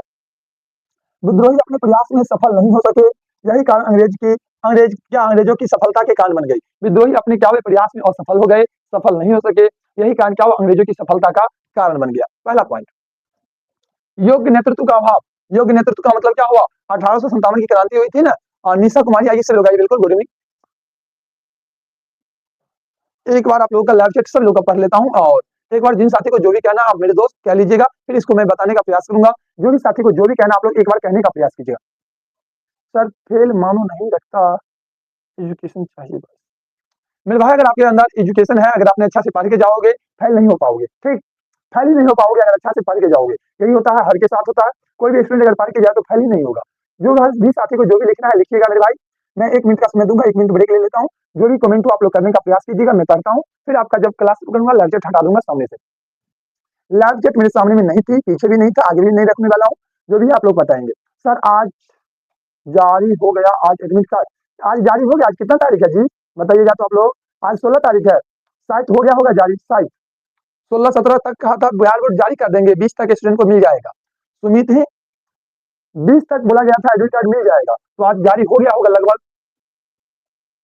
आप लोगों को 20 को लगभग मिलेगा, 20 को मिलेगा आप लोगों को। तो जारी अब जब करे बिहार बोर्ड, लेकिन मिलेगा आप लोगों को 20 से आप लोगों को मिलना शुरू होगा आपके स्कूल कॉलेज में। जब जारी होगा फिर क्या होगा, आपके स्कूल कॉलेज में उसको प्रिंट आउट भी होगा, सब कुछ होगा। ठीक है, तो अब आप लोगों की लैब चेट हटा रहा हूँ। किन लोगों को कुछ कहना हो तो कहिए, नहीं तो लैब चेट अब हटाएंगे सामने से। क्या हटा दूं लैब चेट? सर इसका पीडीएफ ओनली सब्जेक्टिव का है ऐप पर। इसका ये केवल लॉन्ग आंसर का पीडीएफ एप्लीकेशन पे अपलोड होगा लगभग, नहीं होगा तो लैब खत्म होने के बाद कर देंगे। अगर अपलोड नहीं होगा तो लैब खत्म होगा तो अपलोड कर देंगे, और लगभग होनी चाहिए, मैंने बोले थे कर देने के लिए अपलोड, बोल रहे थे अपलोड कर देने के लिए, कर दिए होंगे। और नहीं हुआ होगा तो हम कर देंगे खुद अपने से अभी, एक खत्म होने के बाद। ओके सर, बिल्कुल। और कुछ इन लोगों को कहना है? हटा दीजिए सर, ओके चलिए, बहुत अच्छा। तो आपके यहाँ से लैब चेट में हटा रहा हूँ, प्लीज आप लोग ज्यादा परेशान मत लीजिएगा। आपकी लैब चेट मेरे सामने में रहेगी नहीं, तो आप परेशान होकर भी क्या कीजिएगा, मैं आपका कमेंट पढ़ने वाला हूँ ही नहीं। आइए, लॉन्ग आंसर है तो इसमें कमेंट किया, कोई कमेंट की जरूरत भी नहीं पड़ती होगी लॉन्ग आंसर में, बिल्कुल। आइए तो शुरू करते हैं हम क्लास को। पहला कारण क्या, योग्य नेतृत्व का अभाव। यानी कि 1857 की जो क्रांति थी, 1857 की क्रांति के कोई नेतृत्वकर्ता योग्य नहीं था। कोई नेतृत्वकर्ता क्या, कोई योग्य नेतृत्वकर्ता नहीं था। विद्रोही नेता विद्रोही नेता संघर्ष को एक संगठित विद्रोही नेता संघर्ष को एक संगठित और क्या है, योजनाबद्ध स्वरूप प्रदान नहीं कर सके। विद्रोह के नेता बहादुर शाह जफर बुद्ध क्या वृद्ध हो गया, गौरी का था। विद्रोही नेता जो है बहादुर शाह जफर क्या वृद्ध, बूढ़ा हो चुका था, बूढ़ा खुद। ये जो बहादुर शाह जफर जो है दिल्ली से क्या किए थे, 1857 की क्रांति का नेतृत्व किए थे, जो कि पूरा देश स्तर पे किए थे। ये खुद बूढ़ा बूढ़ा बूढ़ा हो चुका था, एकदम बूढ़ा बूढ़ा, क्या कर पाएगा? जवान जाता है वे हार जाता है, तो बूढ़ा क्या करेगा भाई? बूढ़ा क्या कर लेगा? बूढ़ा बूढ़ा जो है, बूढ़ा के पास क्या तजुर्बा है? मैं मानता हूँ बूढ़ा के पास तजुर्बा है, एक्सपीरियंस है, लेकिन तुम्हारे देह में ताकत ही नहीं है, तो तुम क्या कर लोगे भाई? बहादुर शाह जफर क्या बूढ़ा, कमजोर और क्या असहयोग थे? साहसी और वीर होते हुए भी नेताओं में सेनापतित्व के गुण और कूटनीतिकता का अभाव था। और नेताओं में क्या? सेनापतित्व का गुण और कूटनीताओं का क्या? तो कूटनीतिकता का अभाव था। ठीक है, अगला पॉइंट, देसी राजाओं द्वारा अंग्रेजों का सहयोग। ये जो देसी राजा थे, यानी कि यहाँ के देसी राजा, भारत के देसी राजा, ये लोग अंग्रेजों का सहयोग कर रहे थे। ये लोग क्या कर रहे थे? अंग्रेजों का सहयोग कर रहे थे। विद्रोहियों को विद्रोहियों को साथ देने के बजाय सिंधिया और क्या होलकर, सिंधिया होलकर हैदराबाद के निजाम आदि ने सेना और धन की से कंपनी को क्या क्या सहायता किया? देखिएगा कौन कौन। सिंधिया क्या विद्रोहियों के साथ देने के बजाय सिंधिया, होलकर, हैदराबाद, निजाम आदि ने क्या किया? सेना और धन, सेना भी दिया, पैसा भी दिया, सब कुछ दिया, और क्या? कंपनी की सहायता की। सिख और गोरखा सैनिकों ने तो विद्रोह को दबाने में प्रमुख भूमिका निभाया। कौन? सिख और गोरखा दबाने में प्रमुख भूमिका निभाया। सामंतों के एक बड़े वर्ग ने भी सरकार का साथ दिया, और सामंतों का एक बड़ा वर्ग ने भी क्या किया? तो कंपनी का ही साथ दिया, यानी कि सरकार का साथ दिया। विद्रोहियों को कोई साथ दे ही नहीं रहा, अब कैसे जीतेगा बेचारा? आप लोग भी सोचिए। देखिए अगला पॉइंट क्या है, सो देखिए अगला पॉइंट, इन लोगों का और भी कारण क्या था? वे भी कारण देखिएगा। निश्चित उद्देश्य का अभाव। इन लोगों के पास कोई एक निश्चित उद्देश्य नहीं था, यही बहुत बड़ा कारण था। इन लोगों के पास क्या है? कोई निश्चित उद्देश्य नहीं था। उद्देश्य नहीं था तो यही क्या हो गया? यदि आपका एक बड़ा कारण हुआ, बिल्कुल बड़ा कारण है। इन लोगों के पास निश्चित उद्देश्य का अभाव था, यानी कि विद्रोहियों का कोई निश्चित उद्देश्य अथवा योजना नहीं था। विद्रोहियों का कोई निश्चित उद्देश्य अथवा योजना नहीं था, अतः वे लंबे समय तक सुनिश्चित संघर्ष नहीं चला सके, और वह लंबे समय तक क्या है? सुनिश्चित संघर्ष नहीं चला सके। आगे, जन समर्थन का अभाव। इन लोगों के पास क्या है? जन समर्थन का भी अभाव नहीं था। जन समर्थन का मतलब होता है वहां के जो लोकल एरिया के लोग थे, लोकल एरिया, उन लोगों का भी क्या है? समर्थन इन्हें प्राप्त नहीं था। जन समर्थन का भी क्या था? अभाव था। विद्रोह विद्रोह को भारत के सभी वर्गों का समर्थन नहीं मिल सका। विद्रोह को क्या हुआ? भारत के सभी वर्गों का समर्थन नहीं मिल सका। सामंतों के अतिरिक्त शिक्षित मध्यम वर्ग, कृषकों की बड़ी संख्या, शेख साहूकार इससे अलग रहे। विद्रोह के प्रसार के साथ इसमें असामाजिक तत्वों के प्रवेश से भी विद्रोही जन समर्थन खो बैठे। क्या हुआ? तो विद्रोह के क्या हुए? प्रसार के साथ इसमें क्या हुआ? असामाजिक तत्वों का प्रवेश हो गया, जिससे क्या? विद्रोही जो है जन समर्थन का जो है सहयोग को खो बैठे, जन समर्थन को भी खो बैठे। आगे विद्रोहियों के पास क्या है? सीमित साधन। इन लोगों के पास कोई बड़ी साधन नहीं थी, इन लोगों के पास सीमित साधन था। ठीक, विद्रोहियों विद्रोहियों के क्या? अंग्रेजों के मुकाबले में क्या? पेशेवर सिपाहियां, धन और क्या? शस्त्र का अभाव था। संचार और आवागमन के उचित साधन और उचित गुप्तचर व्यवस्था का भी अभाव था। इसके लाभ अंग्रेजों ने उठाया, और इन सभी चीजों का क्या क्या? अंग्रेजों ने लाभ उठाया, और इन सभी कारणों से क्या हुआ? 1857 की क्रांति में 1857 की क्रांति क्या होगा? विफल हो गया, यानी कि यहाँ के जो क्रांतिकारी नेता थे, जिनको पराजय का मुख देखना पड़ा। ठीक, बहुत अच्छा। अगला क्वेश्चन, अब यहाँ से आपको खतरनाक क्वेश्चन से मैं भेंट करवाऊंगा, जो एकदम एग्जाम के लिए पूरा खतरनाक क्वेश्चन है पूरा। देखिएगा क्वेश्चन क्या है, तो पहले देखिएगा। क्वेश्चन आपके समक्ष है, स्क्रीन पे आ चुका है। क्वेश्चन को आप लोग जरा देखने का प्रयास कीजिएगा। क्वेश्चन क्या कह रहा है? आप लोग जरा देखने का प्रयास कीजिएगा। क्वेश्चन कह रहा है, सिंधु घाटी सभ्यता की नगर योजना की प्रमुख विशेषताओं का वर्णन करें। ये जो आपका सिंधु घाटी सभ्यता है, सिंधु घाटी सभ्यता की नगर योजना की प्रमुख विशेषता क्या है? यही सेम क्वेश्चन, उसको कैसे लैंग्वेज बदला है, इसको देखिएगा। आंसर सबका सेम होगा, लैंग्वेज चेंज कैसे हुआ? अथवा करें, हड़प्पा सभ्यता की प्रमुख विशेषताओं का वर्णन करें। क्वेश्चन क्या कर दिया? हड़प्पा सभ्यता की प्रमुख विशेषता का वर्णन करें। वही क्वेश्चन क्या था? सिंधु घाटी सभ्यता की नगर योजना की प्रमुख विशेषताओं का वर्णन करें। फिर देखिएगा वही क्वेश्चन, हड़प्पा सभ्यता के नगर निर्माण की प्रमुख विशेषताओं का वर्णन करें। हड़प्पा सभ्यता के नगर निर्माण की प्रमुख विशेषताओं का वर्णन करें। फिर वही क्वेश्चन, हड़प्पा सभ्यता की नगर योजना प्रणाली की विवेचना करें। हड़प्पा सभ्यता की नगर योजना प्रणाली की विवेचना करें। अगर आप एक क्वेश्चन याद कर लेते मानिए, और क्वेश्चन का लैंग्वेज बदल दे, आपका माइंड चकराना शुरू होगा एग्जाम में। आखिर में आप क्या आंसर लिखे, क्या नहीं लिखे, क्या वे लिख दें, छोड़ दें, ऐसी बात आएगी मेरे भाई। देखिए सारे क्वेश्चन एक ही बात है, थोड़ा लैंग्वेज सबका चेंज है। क्वेश्चन एक है, आंसर एक होगा, आंसर सेम होगा, आंसर में कोई बदलाव नहीं होगा, क्योंकि सारा क्वेश्चन का एक जैसा है, बिल्कुल एक जैसा है। देखने का प्रयास कीजिएगा। कह रहा सिंधु घाटी की सभ्यता अपनी नगर योजना तथा भवन निर्माण कला के लिए प्रसिद्ध थी। सिंधु घाटी सभ्यता क्या है? सिंधु घाटी सभ्यता अपनी नगर योजना तथा भवन निर्माण कला के लिए प्रसिद्ध थी। सभी बड़े नगर एक सुनिश्चित योजना के आधार पर बने थे। प्रत्येक नगर नदी के किनारे बसा हुआ था। तथा इसमें बड़े पैमाने पर पकाई गई ईंटों का प्रयोग किया गया था। तथा इसमें बड़े पैमाने पर क्या है, पकाई गई ईंटों का प्रयोग किया गया था। खुदाई में प्राप्त भग्नावशेष, खुदाई में प्राप्त भग्नावशेष से नगर निर्माण योजना की निम्नलिखित विशेषताएं सामने आती है। निम्नलिखित विशेषताएं सामने आती है, क्या है विशेषताएं, या देखने का प्रयास कीजिएगा। पहला क्या, दो स्तरीय नगर। इन लोगों का नगर क्या है, दो स्तर का था, एक ऊंचली सार और एक क्या था, ऊंचे सार को दुर्ग कहते हैं, और एक था नीचा सार, एक क्या दुर्ग और एक निचला सार, यानी कि नगर स्तर इनके क्या, दो स्तरीय नगर थे, इनके दो स्तरीय नगर थे। सिंधु सभ्यता में क्या, दो स्तरीय नगरों के निर्माण का प्रमाण मिला है। सिंधु सभ्यता में कितने स्तर, सिंधु सभ्यता में दो स्तरीय नगरों के निर्माण का प्रमाण मिला है। दुर्ग और निचला शहर, दुर्ग में शासक वर्ग के लोग का निवास स्थान था, यानी कि बड़े बड़े लोग कहाँ, दुर्ग में रहते थे, और गरीब दुखिया छोटा लोग कहाँ, निचला स्तर तथा निचले स्तर में जनसाधारण लोग का आवासीय भवन था। सड़कों का प्रबंधन, इन लोगों का सड़क तो बेहतर था, ये बात तो हर कोई जानता है। क्या सड़कों का प्रबंधन, आवागमन की सुविधा के लिए सड़कों की समुचित व्यवस्था की गई थी। सड़कें पूर्व से पश्चिम तथा उत्तर से दक्षिण एक दूसरे को समकोण पर काटती थी, यानी कि आपस में की सड़कें थी एक दूसरे को कहां पर 90 डिग्री पर काटती थी, यानी कि बिल्कुल बिल्कुल एक दूसरे को समकोण पर काटते थे, बिल्कुल समकोण पे काटते थे, यानी कि समकोण पर काटती थी। संपूर्ण नगर आयताकार खंडों में विभक्त था, जैसे मैंने आपको देखिए कैसे एकदम सारे सभी सड़कों को क्या कहते हैं, समकोण पर काटते हैं, सीधा सीधा काटते हैं, तो यहाँ का जो खंडर बना ये क्या बना, आयताकार बन गया। क्या बन गया, ये एक आयताकार बन गया। संपूर्ण नगर आयताकार खंडरों में क्या हो गया, विभक्त हो गया। विभक्त नजर आती थी। सड़कें 3 मीटर से 9 मीटर तक चौड़ी थी। सड़क जो है, सड़क कितना, 3 मीटर से लेकर लगभग 3 मीटर से 9 मीटर तक की चौड़ी थी। तथा सफाई का विशेष ध्यान रखा गया था, और सफाई का विशेष ध्यान रखा गया था। आपके मन में यह प्रश्न जरूर आता होगा, नहीं आता है मत आवे, लेकिन एग्जाम में प्रश्न आएगा, आ सकता है। हड़प्पा की सड़कें सीधी क्यों थी, हड़प्पा की जो सड़कें हैं सीधी क्यों, सीधी इसलिए मेरे भाई, जब हवा चलेगी तो क्या होगा, सड़कें पर जो गंदगी रहेगी उन गंदगी को साफ करते हुए हवा अपने साथ लेकर चले जाएगी, सड़क से साइड कर देगी। जहां पे सड़क सीधा होगा वहां पे देखिएगा आपको हवा ज्यादा पकड़ेगा, और जहां पे मुड़ानी रहेगा वहां हवा कम पकड़ता है। ये लोग सफाई की ओर बहुत ध्यान देते थे, और सफाई को ध्यान में रखते हुए क्या किए थे लोगों ने, सड़कों को सीधा बनवाया था, सड़कों को क्या किया था, सीधा बनवाया था। ठीक, अगला क्वेश्चन, क्या नालियों का प्रबंधन, इन लोगों ने नालियों का भी प्रबंधन किया। नगर निर्माण की एक अन्य विशेषता गंदे जल के निकासी की सुंदर व्यवस्था थी। घरों में गंदा पानी बाहर गली की नालियों में चला जाता था, फिर छोटी नालियों बड़ी नालियों में मिलती थी, जो अंत में विशाल क्या, विशालु होगा नहीं विशाल होगा, विशाल नालों में मिलकर शहर से बाहर, या बड़ा यहाँ पे हो जाएगा, बड़ा नालों में मिलकर शहर से बाहर निकल जाता था। इन नालियों तथा नालों में स्थान स्थान पर क्या मैन होल बने होते थे, जहां गंदगी को आसानी से साफ किया जा सकता था। ये सब क्वेश्चन शॉर्ट आंसर में पूछा जा सकता है, शॉर्ट आंसर में अलग अलग करके क्वेश्चन को पूछ सकता है। आइए अगला पॉइंट देखिए, क्या कह रहा है, भवन तथा सार्वजनिक स्थान, भवन तथा सार्वजनिक स्थान, इन लोगों का भवन और सार्वजनिक स्थान कैसे था, चलिए उनको भी देखने का प्रयास करेंगे। भवन तथा सार्वजनिक स्थान, तो सिंधु सभ्यता के नगरों में, सिंधु सभ्यता के नगरों में छोटे बड़े सभी प्रकार के घर मिलते हैं। सिंधु सभ्यता में छोटे बड़े सभी प्रकार के क्या है, घर मिलते हैं। प्रत्येक घर के बीच में एक आंगन, इसके चारों तरफ कमरे, रसोई घर, शौचालय आदि स्नान गृह पाया गया है। भवन निर्माण में क्या आडंबर, भवन निर्माण में आडंबर तथा सजावट की ओर, कम उपयोगिता की ओर अधिक ध्यान दिया गया। क्या, तो भवन निर्माण आडंबर की ओर कम ध्यान, और उपयोगिता की ओर क्या किया गया, अधिक ध्यान दिया गया है।